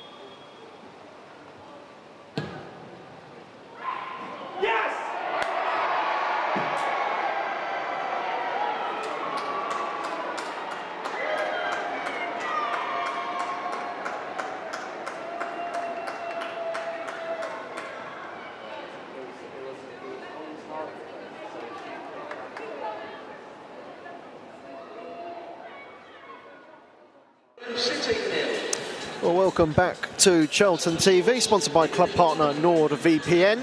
Here at the Valley, it's Charlton 2, Bristol Rovers 0 at half-time. You might well get some highlights over the top of myself and Stevie Browning when we go through them, go through the chances, because there was a number of them. First of all, Brandy, the first thing I want to ask you is a player you know very well, having coached him when you were at Ebbsfleet, is Matty Godden. And and you've mentioned it a few times on commentary in that first half, but Matty Godden, the key word you keep using is anticipation, and tonight he's been busy. He's looked like a 25-year-old striker, let alone I think he's 33. Yeah, I think he'll be the first to admit that he's no spring chicken anymore, and we have to utilise, you know, when we pick him and play him at the right times, and when we rest him. But what you have got is someone that's got the ability to score different goals. He's comfortable on both sides. And what gets him most of his goals is he reads play exceptionally well. I know I told this story before, but that first session that we had him in pre-season, and I didn't know he was. I'd never seen him before. He'd been recommended. He'd been out for a year, and his first bit of movement in the training session, you just went, oh, what is he doing here in the National South? Now, it took a couple of years for him to get his moves, but he was one of those players, a bit like Alfie May, that was always going to score goals whatever level he was at. But yeah, anticipation, reads the game, always on the move, difficult to keep hold of as a centre-half because he never stands still. And it makes him difficult to mark. But yeah, I mean, he probably disappointed he hasn't got 2 goals, actually, because that one that was nodded down into his path, a little bit more contact, and he's got his second. Yeah, well, we're watching the highlights as you're talking, Brownie, and I mean, the chances, we had so many in that first half. There's a few you forget. I mean, I forgot about Godden's shot from range that was tipped over by the goalkeeper. There's a Berry free kick, which was fairly comfortable for the goalkeeper. But in the amount of games we've seen this season, more so in the early parts of the season than the last month, of course, but we were crying out for chances. You're looking for something to hang your hat on, and at the moment, this is Charlton full of confidence and testing Griffiths on a number of occasions. Yeah, and they've been bright as well. Set pieces have been bright, movement's been bright. It just needed that goal to kick-start the performance, and once they got it, they went up a couple of gears. But yeah, I mean, 11 attempts, 6 on target, and that's brilliant. He was off running there, celebrating, wasn't he? Yeah, he was only an inch under the bar. Yeah, just as we were running the highlights for those watching, and if you're listening at home as well, the Valley Gold crossbar challenge has just happened, and there was so close. Curves would be screaming in the TV right now in the studio. He would have enjoyed that strike. Technically a good strike, but it's the way he wheeled off, you know, like he's celebrating. But yeah, we're just seeing the Edwards goal, and I really think that gets better and better every time I see it. You know, when he cut inside and it found the back of the net, you thought, that's all right, it's a good goal, that, well done, we needed a second. And as you see it again and again on his weaker side, he's got half a yard. It's the precision of the shot that makes that such a good effort on the weaker side. And for a player as well who doesn't usually use his right foot, it seems a little bit more reluctant. And when it's on that right foot, as a former player, Brownie, when it's on your weaker foot and you're thinking about a shot, is your aim, I've just got to try and get this on target, let alone the power. But the fact he's got it on target, perfection, and he's got the power as well, for a player who hasn't scored for Charlton this season as well. Yeah. I mean, I think his mind was made up by where he took control of the ball and where the first touch took him. Where he was left of centre. It opened up the curler. Now, on my weaker side, I tended to try and go for power because I wasn't particularly good with it. But actually, the right shot is what he hit, was that little curling one along the ground. You've got much more chance of success with that than you have trying to put a bit of power on the ball. But it was just a composure. You know, I know we've said this, you know, most weeks because of what Thierry Small does, but there's the difference in a composed finish and a finish that's got a little less composure on it. And that's the bit I would say. He kept himself calm.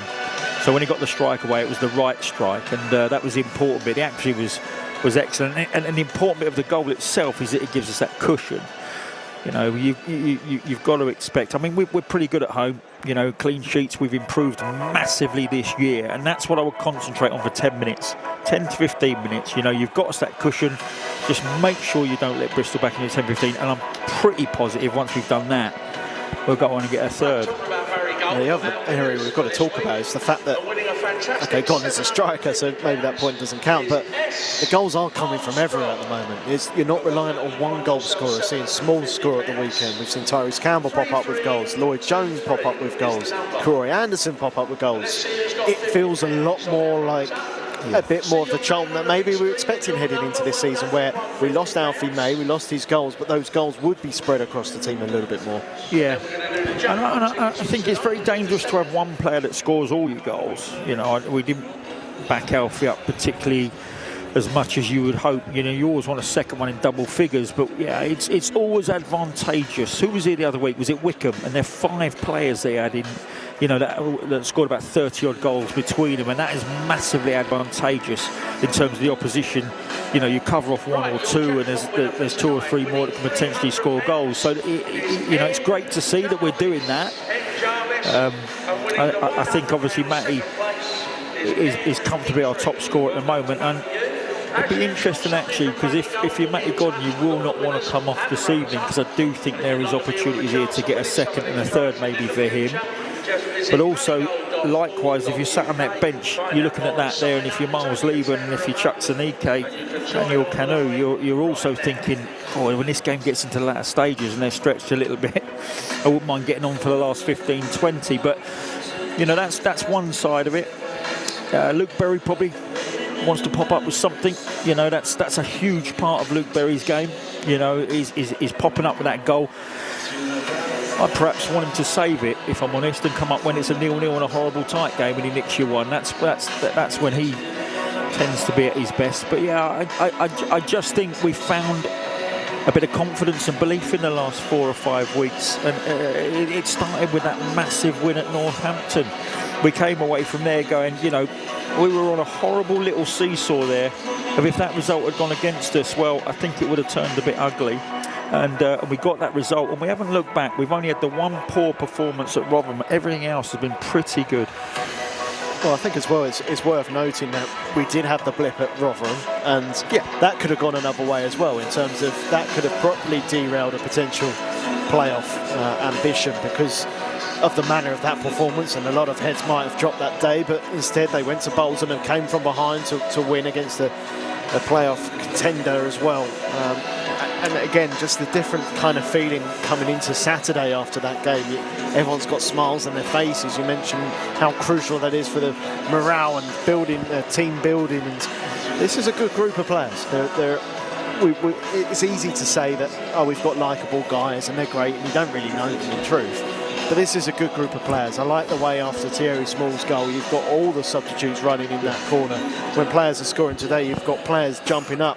And you mentioned it earlier, I think pre-match, about Thierry Small was a substitute for the large part of November and December. Now suddenly is a key member of our squad, and you get the impression that if there was going to be a couple of injuries, that these players will step in and try and make a difference. Yes, sometimes, Greg, you fall upon something as a manager that's by your design and it's all you, and then other times there's an injury or two that leads to you being forced into something that works for you. And what I would say about Thierry Small is, and why I've sort of said you have to tip your cap to him, is because do you remember he got dragged at 26 minutes, and it shouldn't have been him that was dragged on that day. He was not in my bottom 5 performers, and yet he was sacrificed on the day. And then he walked round that far side, and I watched him walk round. He was so disheartened, he was so down, and it's embarrassing for you when you're a player and you're dragged after 25 minutes, right? But he got put back in the side a couple of weeks later. Didn't make any impact on him. It happened again. He got dragged at half-time in another poor performance. Probably wasn't the worst player, but it was sacrificial. He ended up playing centre midfield and then dragged off.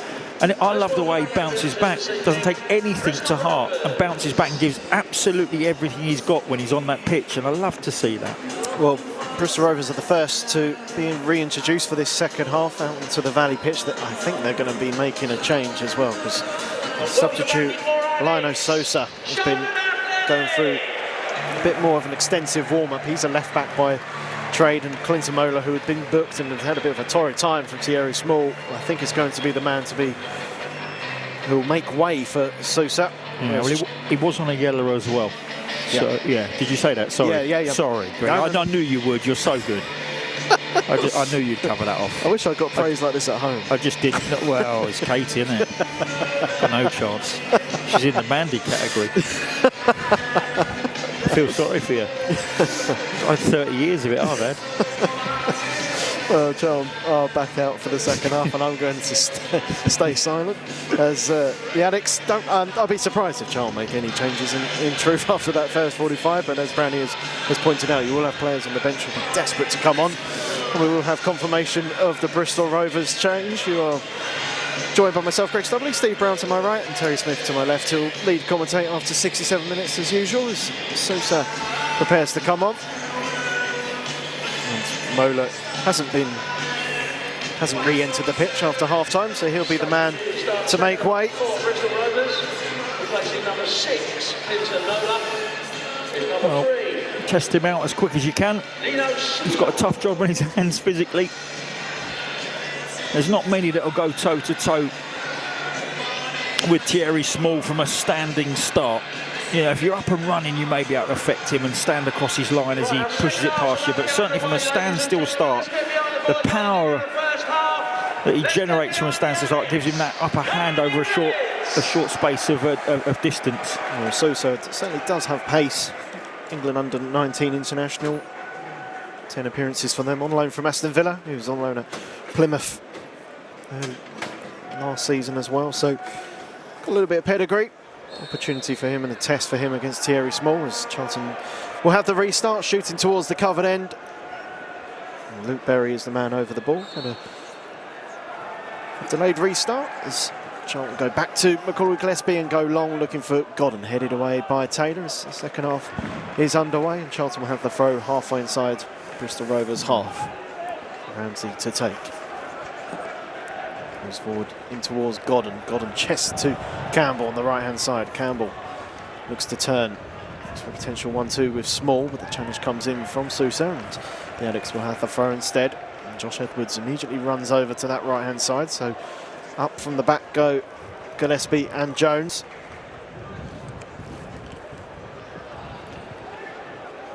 Into the penalty area. There's also Doherty, Berry, Godden and Campbell. There's Edwards with the long throw. Beyond Martin, all the way to the back post, and it bounces in and onto the roof of the net. I'm not sure if it got a touch en route. Yeah. So therefore wouldn't have counted. Should it have found the back of the net, but it just needs a touch. Again, it's a swing and a miss from Godden. Could have had a hat-trick tonight. He'll be annoyed that he hasn't made contact with that, because that's a gilt-edged chance for him. We know if that went in, Godden would be claiming he did though. Yeah. As the ball forward towards Ford, he heads it on.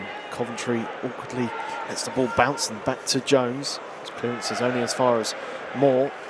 Ball down to Wilson. Step forward out of defence, and the ball forward has been cut off by Macaulay Gillespie. Moore to take the throw for Bristol Rovers. Ford's made a decent run inside, that's where the ball goes, and Ford, ball back to Sosa. Down the line to Sinclair, just about keeps it in play, and now Sosa once more. Ball inside looking for Soteriou. Goes back to Ward, who's got Moore on the right hand side. Moore takes a touch, and the ball down the line's a good one to Ford, who controls. Gillespie will have to come out of position to deal with Ford. Step over, cut inside onto his left foot, but lacks the end product. So it goes harmlessly over the bar, or wide of the Charlton goal, should I say. Yeah. I mean, that's a long way past the intended target. You've crossed from one line of the 18-yard box to the other. And considering you're looking to cross that inside the width of the post, it's quite an astonishing distance past where he was aiming. Ashley Maynard-Brewer with the goal kick.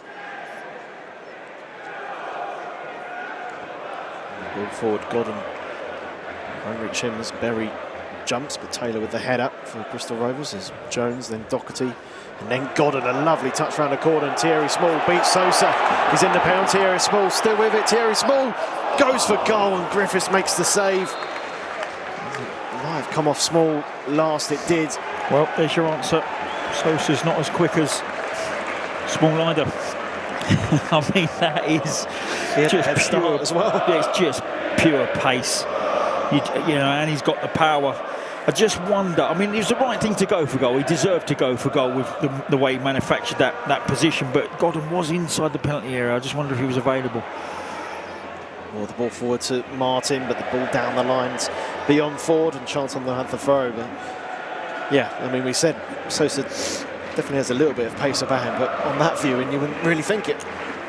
No, it's like I said, he's extraordinary off the mark.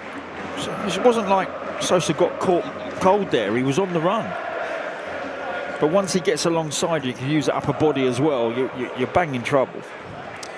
Gordon with the header inside to Campbell. A late whistle from the referee. I'm not sure he was the one who gave that. I think the fourth official advised him, as Gordon perhaps correctly did make contact. I mean, the good news is, from a Charlton perspective, he literally is making that spot his own. You can't replace him at the moment.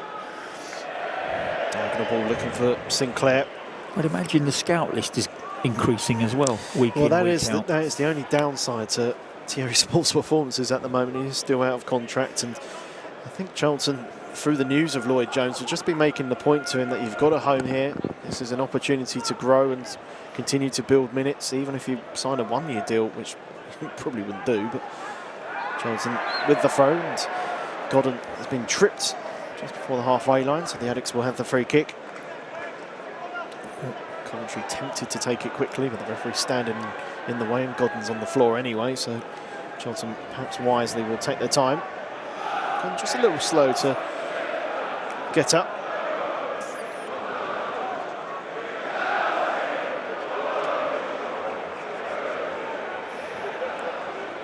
Godden's still feeling a bit of pain. I'm not quite sure what happened, whether he just hit the ground.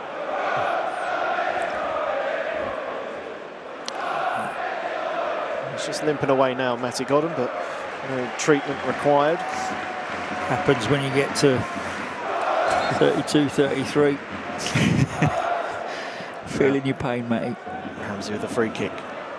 Edwards wins the header. Headed away. Ford, ball down the line to Martin, cleared away by Lloyd Jones.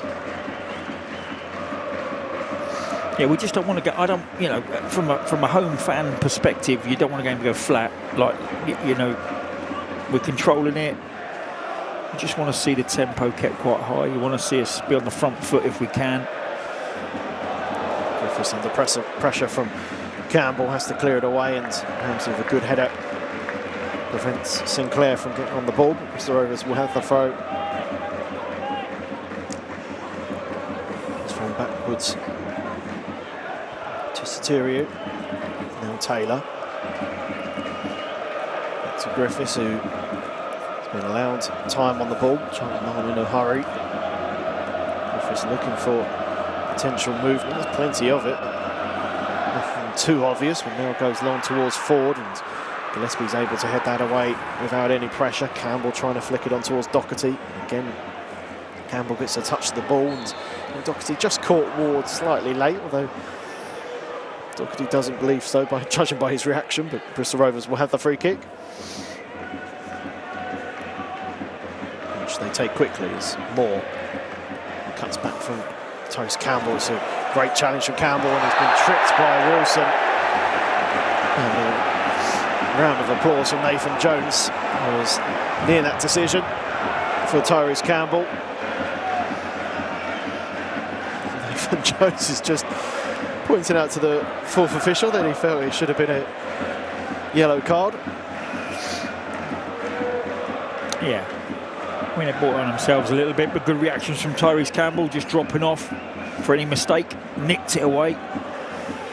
I'd actually probably go short to Tyrese here and have a little 2v1 on this left-hand side with Gillespie. Gillespie with the free kick in towards Ramsey, is headed away. Edwards gets to the ball first. Small flicks it over the top of Martin. Thierry Small with a shot. Caught it on that right foot again. Griffiths saw it all the way and was able to catch, but Thierry Small, every time he touches the ball at the moment, something's happening. Going for 2-2. Weaker foot, controlled it really well actually. Nice volley, lovely skill to get the volley into a volley position. Just been caught out as Bristol Rovers look to counter. The Addicts do well to get bodies back, but still the visitors in possession. Sosa ball down the line, looking for Sinclair, was well read by Ramsey. Looks for the long ball forward towards Godden. It's a good idea, just overhit. Yeah, a little wider. We talk about keeping it outside the box so the keeper can't pick it up. It was overhit anyway, but just, you know, drifting that ball out in the outside channel gives Gordon a chance to go retain possession for us. Martin holds up the ball from Lloyd Jones. Jones gets a toe to it, then Edwards. Martin, the back heel, which comes off of the Charlton vice-captain for the throw. Moore takes inside to Lindsay. Moore gets the ball back again, but Doherty's first to it. Ball down the line, too much on it for Campbell, so Wilson will pick up the pieces. It's Lindsay to the right-hand side is Moore. Ball down the line, cut out by Jones, who falls over a bit too dramatically for the referee's liking. I think that's probably the right decision. Yeah, it's not good when a centre half gets it wrong like that. It just doesn't look. You know, doesn't look graceful. Little nippy players can get away with it. Centre halves just doesn't look right. He knows.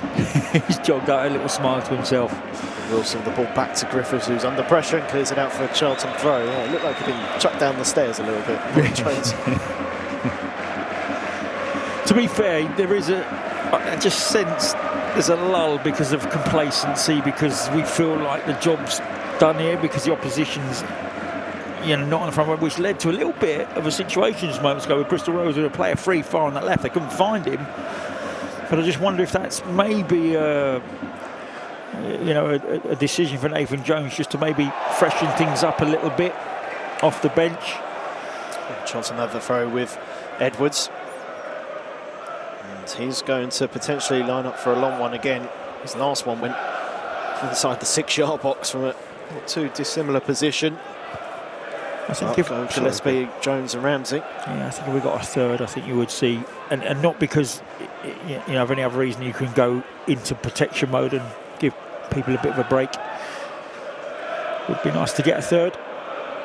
Edwards throws it in towards the edge of the penalty area. It's come off of Doherty and a header from Taylor. Coventry first to it. The ball comes down to Small. Takes it down on the right-hand side. Faced up by 3 Bristol Rovers players. Lays it off for Tyrese Campbell. Back to Coventry. First time cross is over hit for Coventry. Usually does a decent delivery in that position. It's a bit of a surprise when it goes wrong, actually, with Connor Coventry. We've seen a couple of great deliveries when that ball's laid back to him. He likes to come onto it first time and whip that ball in. We saw a great ball in at Walsall for Ahad made to score, and he's had a couple of those. There's a Bristol Rovers goal kick. It's still Charlton 2, Bristol Rovers 0. Ball short to Griffiths, who gets the ball back and goes long looking for Ford. And Charlton 2v2 at the back here as Ford looks for Sotirio down the line. Ramsey was able to cut it out. Again, just that little bit of complacency you were talking about, Brownie, from a defensive point of view. As Edwards with the ball down the line and headed away by Moore, but that came from a goal kick, 2v2 at the back. Yeah, there was Griffiths has got a brilliant strike off the deck, and he can turn a deep ball into an attacking ball rather quickly, but we've just got to make sure we don't switch off, keep our concentration levels high. But a triple sub from Bristol Rovers.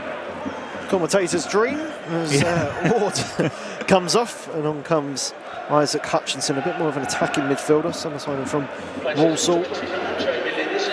Lindsay, second one to make way.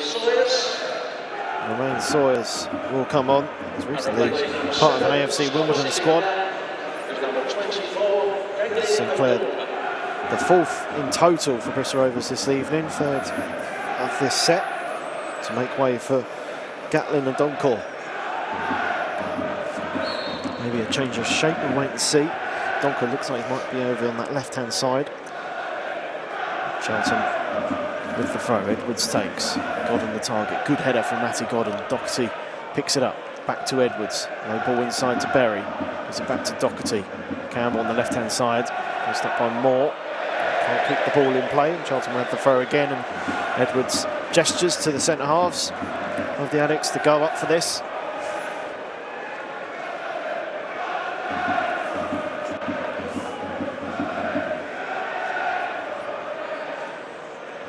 Bristol Rovers who everyone back bar a Donkor. Just on the edge of the penalty area. As Edwards high in the air, flicked on by Moore, away out of danger, and now Donkor will look to potentially counter. Held up by Doherty, Ramsey. Ball forward is cut out by Edwards, who could have gone back to Ashley Maynard-Brewer, but instead played safe and just clears it away. Yeah, no, I like that decision. we've just got to be a little bit careful, you know, in terms of making sure that we're organised and behind the ball for any counter-attack that they may want to deploy from our set pieces. But it is one of those ones where we're so comfortable.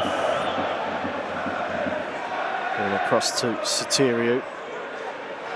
Doherty dragging all the way. Ball up towards Campbell. Did well to hold up the ball. Charlton wanted a free kick, but not enough according to the referee. As Taylor wins the ball forward out of defence. Fires Hutchinson, who's got a bit more pace in that middle of midfield and pokes it beyond Lloyd Jones, but Ramsey's there for Charlton, and Doherty into Berry. Coventry to Berry again, who's just been tricked by Soso in his recovery run. Charlton again a little bit complacent in possession there. As we're coming up to the 60th minute, Charlton 2, Bristol Rovers 0. We're in the 60th minute. Yeah, I mean, he'll still be very happy, Nathan Jones, with how the game's panning out. But I just wonder, you know, as you see it just filter down into sort of this performance, just one or two injections off the bench might change it. Great header from Kane Ramsey. Ball comes down to Sawyers. It's a neat ball to find Moore. Campbell trying to close him down as the ball's down the line to Ford. Inside to Sawyers. Up towards Martin. Looks for Sotirio. Great strength from Macaulay Gillespie. Just brushes him aside. And down the line to Campbell. He looks to stretch his legs and almost pokes it through Wilson. He had Berry in a very good support position on the inside. Ball into him, back foot take. He had a switch of play over to Gordon, who'd made a diagonal run. Wilson with the ball inside to Hutchinson, who can turn. Has an option on that left-hand side of Adonkor, who's onside. On Adonkor, low cross. Doherty will cut it out, clears the danger. Nathan Jones calls to the substitutions warming up. Yeah. The substitutes warming up, should I say? So I think it's some subs. I think it's right, Greg. The performance has gone a little bit flat, you know, and I think we could really be on the front foot here, causing a few issues for Bristol Rovers. But we're content with the 2-0 scoreline, and so you're not getting the tempo that we were playing at in that first half to create as many opportunities as we did. And I think it's right that perhaps you try and change that with one or two players off the bench. Ball forward from Hutchinson, it was well intercepted by Ramsey. The ball comes down to Sawyers, who's a deep player midfielder, will like the ball at his feet and try and dictate play as he goes down the line to Donkor. Held up by Thierry Small, gets a touch to the ball. Donkor clears the ball back off of Small, and Bristol Rovers will have the throw. Sosa, substitute left back to take.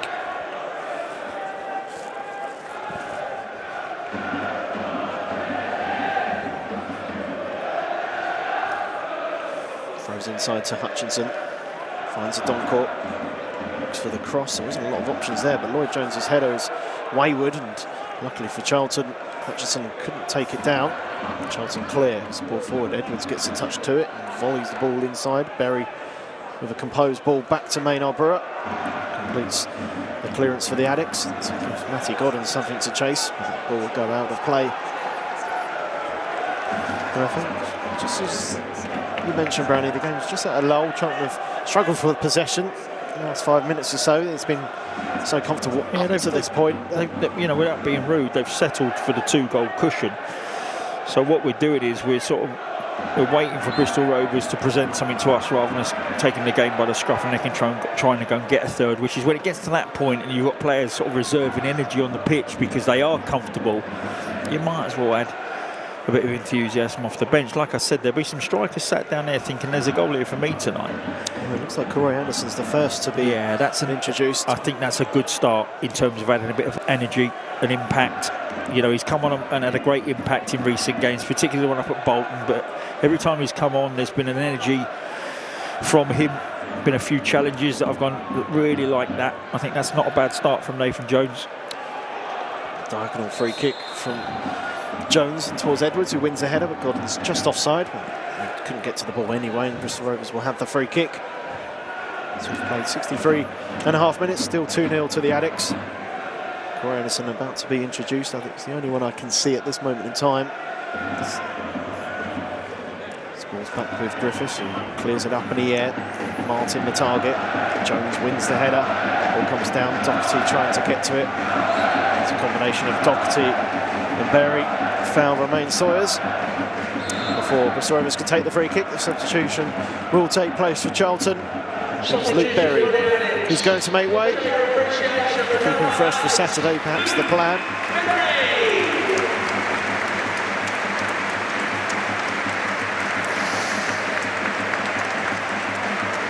And replacing Luke, please welcome number 18,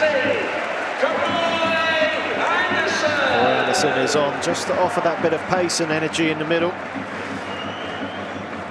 Only targeted to just not allow Sawyers to play as well.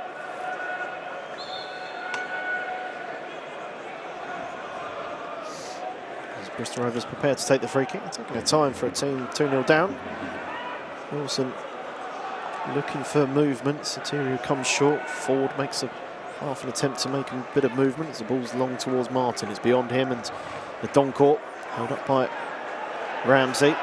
Still a Doncourt who actually got beyond Ramsey, and referee blows his whistle just as he did so for the foul by the Charlton right-sided centre-half. Yeah, he did well there, O'Donker. Got his body into a position where it made it almost impossible for Ramsey to make the challenge, and you just felt as soon as the arms went round O'Donker there was going to be a free kick at some point. But you're right, he got away, and maybe just leave it for a second to see what developed there. Well, it's a dangerous position for Bristol Rovers, or for Charlton, should I say, for this Bristol Rovers free kick as Hutchinson will take in towards the near post. Coventry gets something to it. Soterio to left to Sosa. Further left is Hutchinson. Hutchinson cuts inside onto his right foot. Decent cross and headed away by Ramsey. Godden, not knowing what's behind him, has to put it behind for Bristol Rovers corner. That's the issue when the performance goes flat. Suddenly, Bristol find a goal here. There's enough time, plenty of time on that clock, but take the corner short. Ford should get the ball back, instead it's a poor ball, and Campbell makes a good challenge as Coventry forward to Campbell. Looks to turn, but Hutchinson wins the ball back. Hutchinson, right-footed cross is a dangerous one, and Jones clears it up in the air. Doherty, that's a good header. It comes down to Soterio, down towards Taylor. Coventry clears it up in the air. Wilson gets in touch to the ball, and it comes down to Ford. Covering defending from Greg Doherty, does superbly well. Looks to clear it down the line, and it's a good clearance as well. It gives Godden something to chase. Taylor steps across, and again, centre-halves aren't graceful when they go down, that's for sure. Listen, there's the man on the grassy knoll again, rearing his ugly head. Sniper got him. Well, Bristol Rovers will have the free kick, and I'll hand you over to the grand old man of Charlton, Terry Smith, to lead commentate for the rest of the second half.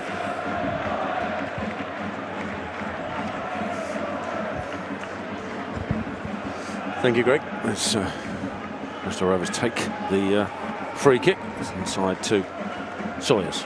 Trying to turn away from Doherty, drills the ball forward, but that's beyond Martin. It will run through comfortably to Maynard Brewer.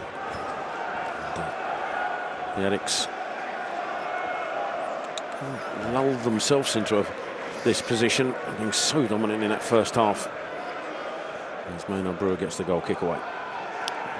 Edwards trying to get there, but it's headed up in the air by Moore. Anderson can't get there. It's knocked forward. Martin with a little flick on, and it's picked up by Hutchinson out to the left-hand side now. It's a great challenge coming in there from Kane Ramsey to win the ball back for Charlton. Outstanding tackle. Terry Small will bring it away, but pressure from O'Donker stops him going forward. It'll be a throw in the Charlton. yeah, it's a wonderfully timed tackle, actually. He has added exactly what we said they were going to make the change for, which is just a bit of power and pace in that right-sided centre-half area. We haven't seen him drive out with the ball as much as we perhaps anticipated he would, but defensively he's looked very strong. Throw down the line. Anderson with a flick on, trying to find Terry Small, but it's gone beyond him. It'll be this time a throw into Bristol Rovers, 10 yards inside their own half. I think probably defensive duties, being he's the right side of the three, overpowering or overshadowing his any attacking intent as Rovers switch it across to this right-hand side. Moore brings it forward. Got tackled late by Doherty. It will be a free kick to Bristol Rovers just inside their own half. Taken quickly, back to Wilson. In turn, and wasn't happy with that quick free kick from Moore. Has to go back to his keeper under pressure from Campbell. Griffiths sends it down the left-hand side again. Ramsey gets there first, and this will run kindly for Anderson. Heavy touch, but he turns away from Hutchinson. Inside to Coventry. Back to Anderson, facing his own goal. We'll go back to Jones. Little touch to Maynard Brewer, was a little bit under pressure, so just cleared it away hurriedly, and Bristol Rovers will have it back, and it's Hutchinson heading towards the penalty area. Anderson tracking him back there. Hutchinson back out to the left-hand side, and Sotirio back to Odonka. Ball into the box, comfortably cleared away by Jones. And as far as Wilson, who heads it back towards the Charlton penalty area. Again, Jones comes out and meets the header. Doherty, though, heads it forward to Campbell. Can Campbell put pressure on Wilson? Not sufficiently enough for him not to get it to Moore.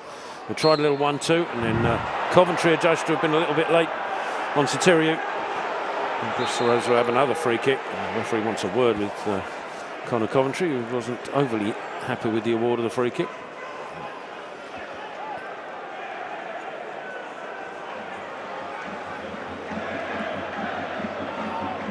Discussions complete. The free kick a couple of yards inside the Bristol Rovers half, just right of the centre circle. Wilson looking to send this forward.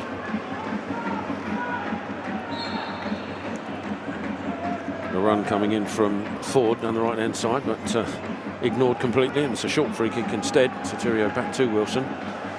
Still inside the Bristol Rovers half. That ball forward from Moore is wayward. A good pressure from Doherty to cause it. It's away for a Charlton throw. Halfway inside the Charlton half. Edwards with it on the left-hand side. Looking for movement down the line for a target. Down it goes, looking for Godden. Doesn't find him. Cleared away, but only as far as Edwards again, who sends it back forward. This aerial run comfortably by Taylor. Jones heads it forward.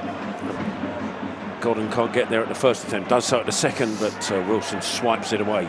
Edwards with the header back towards Anderson, gets a little flick on. Campbell will pick this up in the left-hand corner. Looks to take on Wilson, who just gets a foot in and manages to get the ball away, but it'll be a Charlton throw. Yeah, I'd like to see a bit more of the game played in this final third. Actually, Charlton's final third. The possession stat is down at 35%, and I think we can do a lot more to stay in possession and put ourselves in the final third a bit more than we have. Well, it's a throw parallel to the corner of the Bristol Rovers penalty area. We've had varying degrees of success. Sometimes Bristol Rovers have looked shaky, other times it just hasn't quite gone Charlton's way. Let's see what this one does. It's thrown towards the edge of the 6-yard box. This one headed back towards Edwards, who'll knock this in a little bit deeper this time. Godden's just drifted away and peeled away, but he couldn't get there. Sotirio's header will find Odonka. Ball down the line, looking for the run of Sotirio, but across comes Ramsey, cuts that out, but at the expense of a Bristol Rovers throw. On the left-hand side. And Sotirio comes short for it, but it's ball sold out his partner, and then Ramsey bites in, and the second touch, if it had been a little bit lighter, Godden was clear, but it runs through to the keeper. Throws it out to Moore. Trapped by Campbell, so he has to go backwards to Wilson. Godden looking to close him down. He finds Moore again. Ball inside to Wilson. His out ball is picked off by Edwards. Good defending by Edwards in the Bristol Rovers half, and the ball inside almost runs Godden's way, but Wilson gets enough on it, guided across to Taylor. Further left is Sotirio. Has to go back to his keeper under pressure, this time from Small. Griffiths looking for an out ball, and he can't find one. And Charlton following blue shirts all over the pitch. Griffiths this time sends it forward and long, up towards Martin, who'd come short. Go backwards to Sawyers, tracked by Anderson, little touch into Taylor. Back to Sawyers in the centre circle. Across to the right-hand side is Hutchinson. Further right is Ford. Ford cuts inside Edwards, still Ford. Ball into the penalty area is cut out well by Gillespie, but it'll run backwards to Moore. Leaves it to Sawyers. That's a good foot in from Anderson. He's won the ball back for Charlton. Can he release Godden? He does. Godden with Campbell running forward. Oh, an offside, which must have been close. I was looking at the run of Campbell because I think that's who I expected the ball to go to. Godden was in field, adjudged to be offside. Yeah, would have been close, and actually it's unlike, mate, to get caught offside in those positions, but those are the moments that we've got to maximise. I think if we're going to contain, which we are, and we are containing well, despite how the second half looks for us as a viewing perspective, we are containing Bristol Rovers particularly well. They've had a lot of possession, they haven't had a shot on or off target at this point, but I'd just like to see us create a little bit more, give us a little bit of excitement. I'm being a bit selfish, I know. Free kick from Bristol Rovers comes to nothing, runs through to Maynard Brewer, sends it away. Wilson with a header clear. Coventry knocks it forward to Godden, tried to tee up Anderson, but just got blocked on its way through. Bristol Rovers have it back, but that's a good foot in from Coventry again. This time Gillespie finds Godden. Godden to the right hand side is Small, looking to get into the penalty area. He does, gets it on his left foot, shot straight at the keeper, down to his right hand side. Yeah, I think it's the right thing to do. Excellent switch from left to right, swept it across the pitch. Godden taken on the back foot, right foot, early pass out to Small, and you know he's going to cut back on that left. You're anticipating it, you wait for it, he gets onto it, and again the shot just way too close to Griffiths, and an easy save for the keeper. Bristol Rovers are preparing to make another sub as Griffiths sends the ball long. Long Jones will head it back towards the halfway line. Small can't get there, but Coventry picks up the pieces. His attempted ball to Godden is cut out by Taylor. And Sawyer then goes all the way back to his keeper, and it's a risky ball. But Griffiths just about clears away, only as far as Doherty goes to shoot. Don't think it was settling for him enough to do that. So he has to guide it back to Jones via Coventry, who gets the ball again. Coventry, he's got Edwards out on this left-hand side. Edwards, just run ahead of the ball. And it's away for a throw-in. It's the right pass, but Edwards was expecting it further forward. And substitute for Bristol Rovers is Sotirio going off and Luke Thomas coming on. Yeah, you don't mind those little miscommunications. You know, I thought that was quite a positive run from Edwards, but it was just as Coventry looked down to the ball to make his pass, that's when Edwards made the run. Charlton will make a double change of their own very shortly. You can see Aniki and Canoe coming up to the touchline. Actually, they might be doing this now before the throw-in can take place. In fact, they are. So, Canoe and Aniki on. And coming off the first will be Therese Campbell. I expect that to go through in the next one, but we'll see.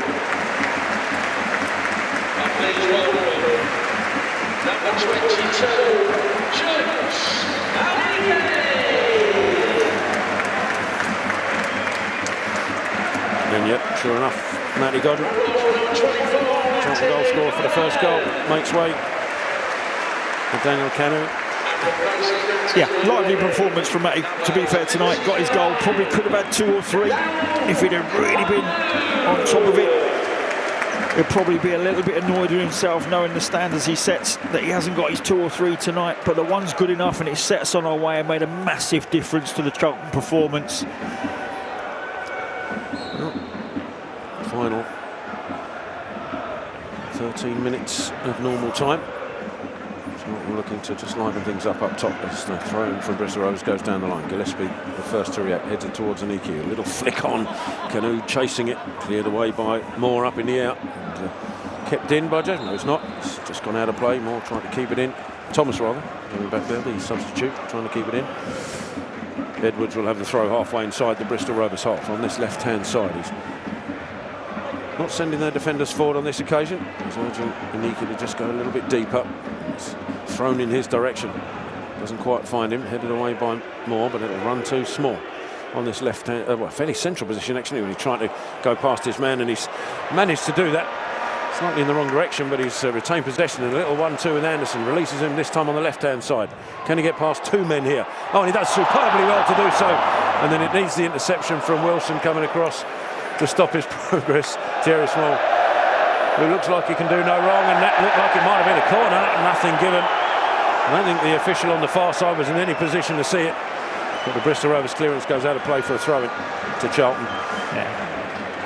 Just looked at Nathan Jones. He's just signalled to Lloyd Jones to just see this one out and settle down. No rush to take this throw and set it up. Again, Jones, Gillespie staying back as the throw goes towards the penalty area, and he can get something on it, and it's cleared away, but only as far as Coventry. Coventry to Doherty, little header looking for Anderson, can't get there.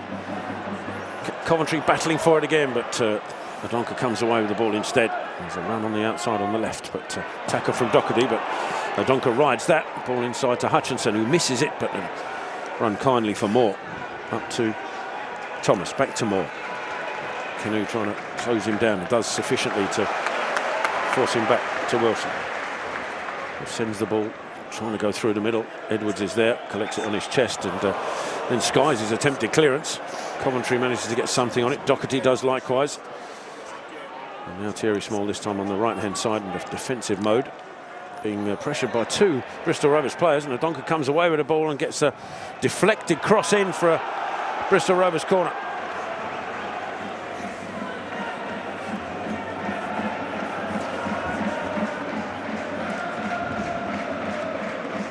In front of the scoreboard on the Bristol Rovers left-hand side. Charlton will need to stay focused here to ensure that there's no sniff of a way back into this game. As the corner comes in deep towards the far side of the 6-yard box, Gillespie comes out. It's a good header clear. It will drop to Thomas. Guides it across to Sawyers. Back to Thomas. Sends him backwards though, and he falls over. Coventry biting in a tackle, gets something on it, but he deflects kindly for Sousa. Out to the left-hand side now, and Hutchinson looks for the run of Ford. Ball into the box, flicked. Not entirely sure Van Ramsey knew what he was doing there, but it works. And kindly into the arms of Maynard Brewer. Yeah, you don't really like seeing flicks with the back of the foot, but it was in complete control. yeah. I'm sure. It was a good gather from Maynard Brewer, and he quite rightly went down onto the ground and got this back line up to the halfway line. But yeah, this is just an exercise really in controlling the last 10 minutes, making sure we don't give Bristol a sniff or a hint of an opportunity to score a goal. Well, Adonka wins the free kick with Ramsey. Quickly taken by Sawyers out to the left-hand side, and Hutchinson further left. And Sosa back to Moore. Sorry, Taylor rather, across to Moore. Moore down the line, looking for Thomas. Thomas held up by Edwards.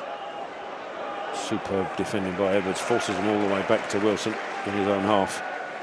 Wilson looking for options, and Iki stopping the progress. So he's forced back to his keeper, Griffiths, outside of his penalty area. Has to switch it across to Moore once more. Brings it on his chest. Anderson looking to close him down. He gets there, Anderson. Little touch into Doherty's path as well. And Doherty just runs out of room on this left-hand side. And Nathan Jones is annoyed because he saw there was a gap there. Charlton couldn't exploit it. What was that? It's the worst throw you'll see in the millennium for Moore, but he gets away with it. And Adonka across to Hutchinson. Out to the left-hand side is Sousa. Looking to take on Small. Oh, it's a good foot in from Small. Be a throw into Bristol Rovers though, on their left-hand side.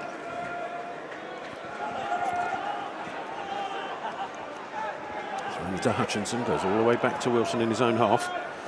Wants to switch this across to Thomas. Edwards with the header away. Doherty with a little bit of time to turn. Goes out, take a heavy touch, but he manages to get the ball out. And Iki with the flick on, looking for Canoe, but he couldn't get enough on it. Bristol Rovers clearing. It's Hutchinson will bring it forward for Bristol Rovers.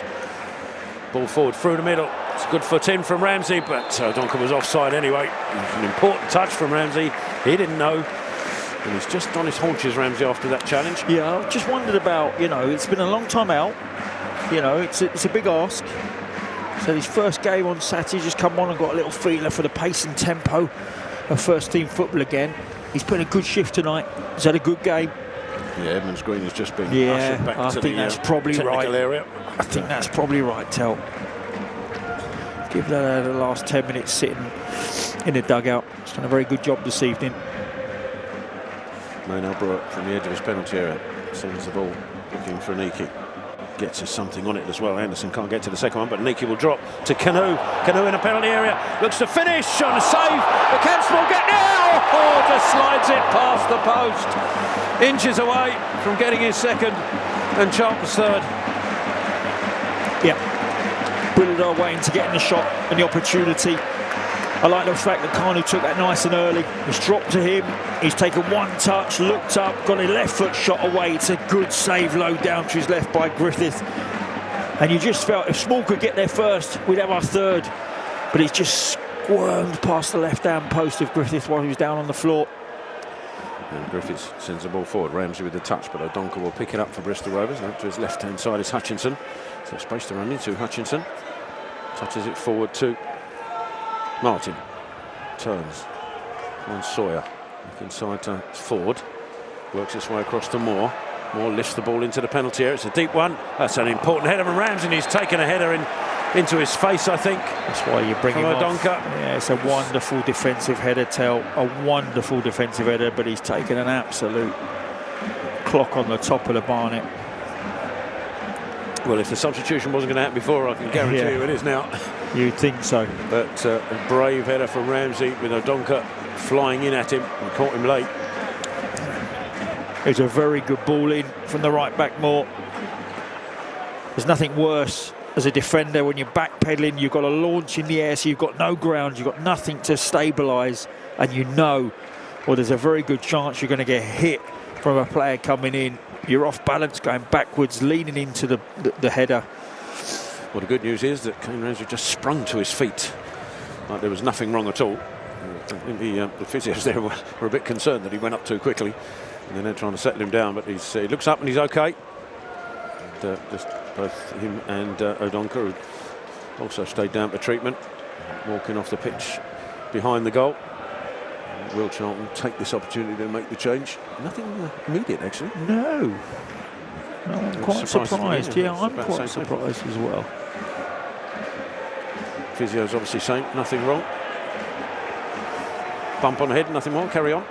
And Ramsey's actually looking in fine form as he jogs up towards the halfway line on the in front of the Curbishley stand on our far side. You're on the side as you're looking. Maynard Brewer send the free kick away. Again, Aniki the target. Just got balked off as he went for it, but it's dropped to Coventry, who sends it forward. Anderson the target, headed away by Moore. Doherty meets it and sends it back towards Aniki. Again, Moore heads it away, but Coventry looking to get on a central position. Oh, it's a good foot in from Sawyers, won it back for Bristol Rovers. And equally good work from Hutchinson to ride 3 challenges, but the last one from Gillespie swipes the ball away from him. It's a huge hit from Gillespie. He's gone out to play on the far side, or the near side as you look into the Curbishley stand. It was like a Freddie Flintoff drive, wasn't it, for 6? He just wanted that 40-20, that was, if anybody knows that rugby. He just wanted to relieve pressure. Ball was bobbing around, he got fed up and off it went. Like I said, this is an exercise in running down the clock without conceding a goal, but I do think keeping a clean sheet is very, very important. I said before the game, we've improved no end in that department, but it's having a pride now not to let this one slip and concede late on. See it through. Another clean sheet's very important. Ramsey and O'Donker have another tussle, which results in a free kick to Bristol Rovers. They switch it across here to Moore, inside to Ford, pounced on by Doherty, and then Doherty at the second attempt brings him down, and the referee's going to book Greg Doherty for that. I think there's a combination of a multitude of Charlton fouls, which some of them are a bit soft, but the referee feels enough's enough, and he's booked the Charlton captain. He's looking every bit of the player that we expected to get in the last month or two. Greg Doherty, really impressed with how he's taking it on board to become a leader alongside Lloyd Jones. Well, Moore will send this from just inside the Bristol Rovers half on the right-hand side in towards the Charlton penalty area, and it goes. Jones back pedalling, heads it away. It's a good header as well. Canoe the first to react. Resists one challenge from Sawyers. Gets the ball off the Bristol Rovers man for a Charlton throw. Valley, covered in especially in full voice. They haven't stopped, to be fair, because it's been a bit of a dull second half. Let's be brutally frank about it. And they've not stopped away to a left in the covered end. Ramsey with a throw down the line, and Inky the target. Headed back inside, and Ford challenges, but Coventry comes away with the ball. Edwards switch it back across towards Ramsey, but doesn't find him. But Bristol Rovers give it back, and Anderson will ping it through the centre, just left of centre to Canoe into the box. Canoe back on his right foot, takes the shot, but actually at the first strike it looked a bit closer than it actually was. It was a good 5 or 6 yards wide of the post. Yeah, very good ball from Anderson forward. It was just a fraction too heavy, and I mean a fraction, but it was worth the attempt. Picked it up on the back foot, looked forward, and it just got away from Carter, which sent him a little wide. It needed to be curled, didn't it? He's driven that ball across the face of the goal, but it needed a little bit of an inside curl. Well, Romani Evans-Green is going to come on now. It's just a halt in play because Edwards is down. Left ankle the problem. And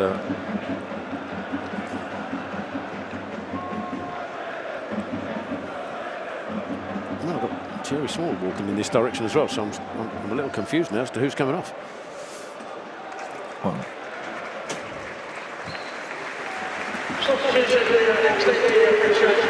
actually, Josh Edwards is going to come off, so I was confused multiple times.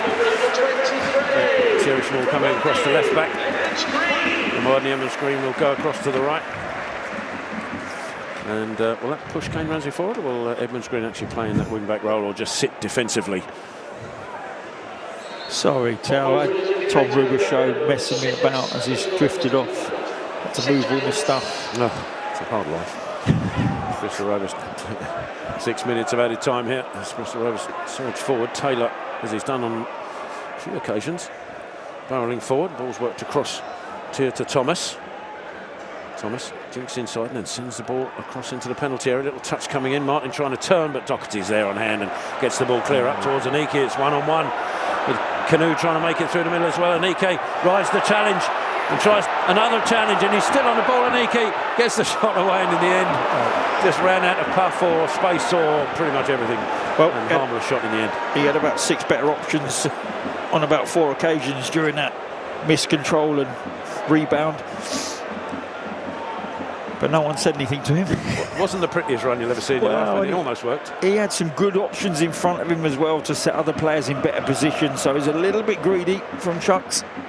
Moore sends the ball forward. Jones comes across before Hutchinson can get on the end of it. It's a Bristol Rovers throw. Thomas with it.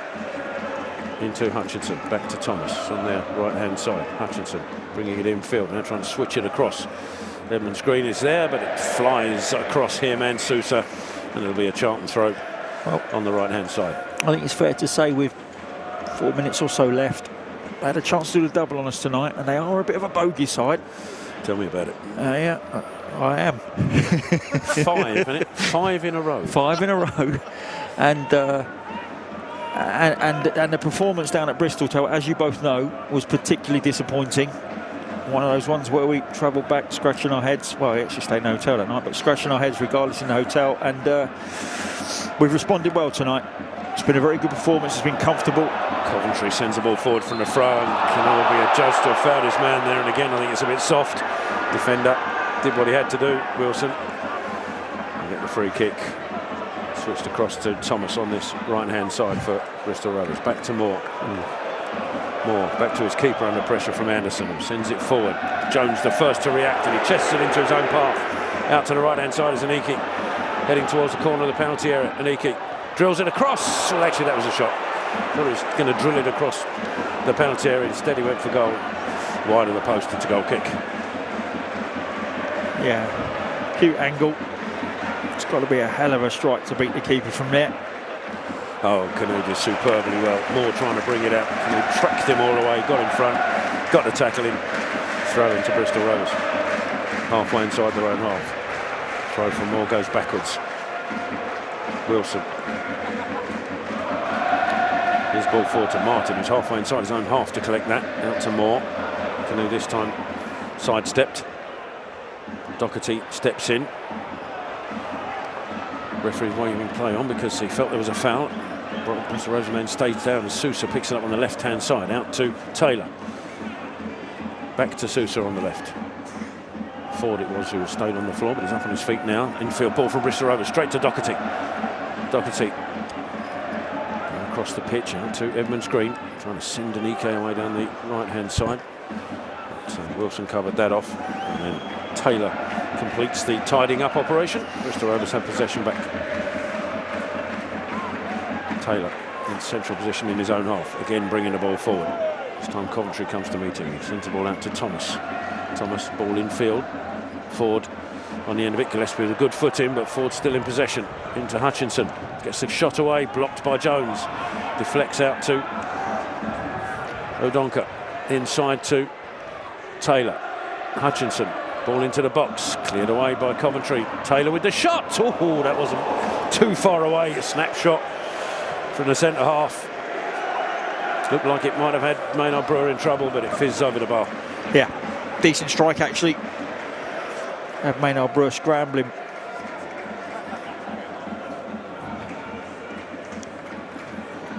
Goal kick to Charlton. We're in the 95th minute. Maynard Brewer with the goal kick, which of course is not rushing to take, as you would expect. Charlton players drifting across to the left-hand side. And it's again Anike, the target. It's gone beyond him. Canning with a great header, and Anike might be able to pick this up. Small's ahead of him. Two Bristol Rovers players combined to get the ball away. Thomas trying to get there, Anderson battling. In the end, it's cleared away by Bristol Rovers. Headed back towards the Bristol Rovers penalty area by Gillespie, but tidied up and back to Griffiths, who sends it back towards Gillespie. Backtracking, will look to get his header away, he does. Doherty can't get there, but it might run through to Anderson. No, Ford steps in, wins it back for Bristol Rovers. Releases Sousa on the left-hand side. Sousa with Taylor overlapping. Sousa tries to send it into the box, but again, that might have too much on it. No, it'll be kept in by Thomas. A good foot in. Oh, dear. Look, a really good foot in from Small, and the assistant over on this right-hand corner has given a free kick to Bristol Rovers. And Small was apoplectic when he did.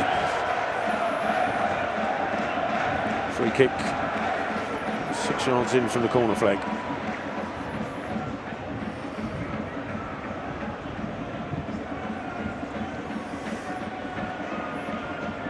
Small, the one-man wall for this free kick. And the referee wants to talk to players. He's finding it difficult to get out of the 6-yard box, the referee now. Does manage to do it. It says the free kick can be taken. Front of the Jimmy seats then. Thomas not sure he's allowed to take it. Now the referee's blown it again. Does drill it in across. Maynard Brewer to punch away is a good one as well. And that will call time on the game.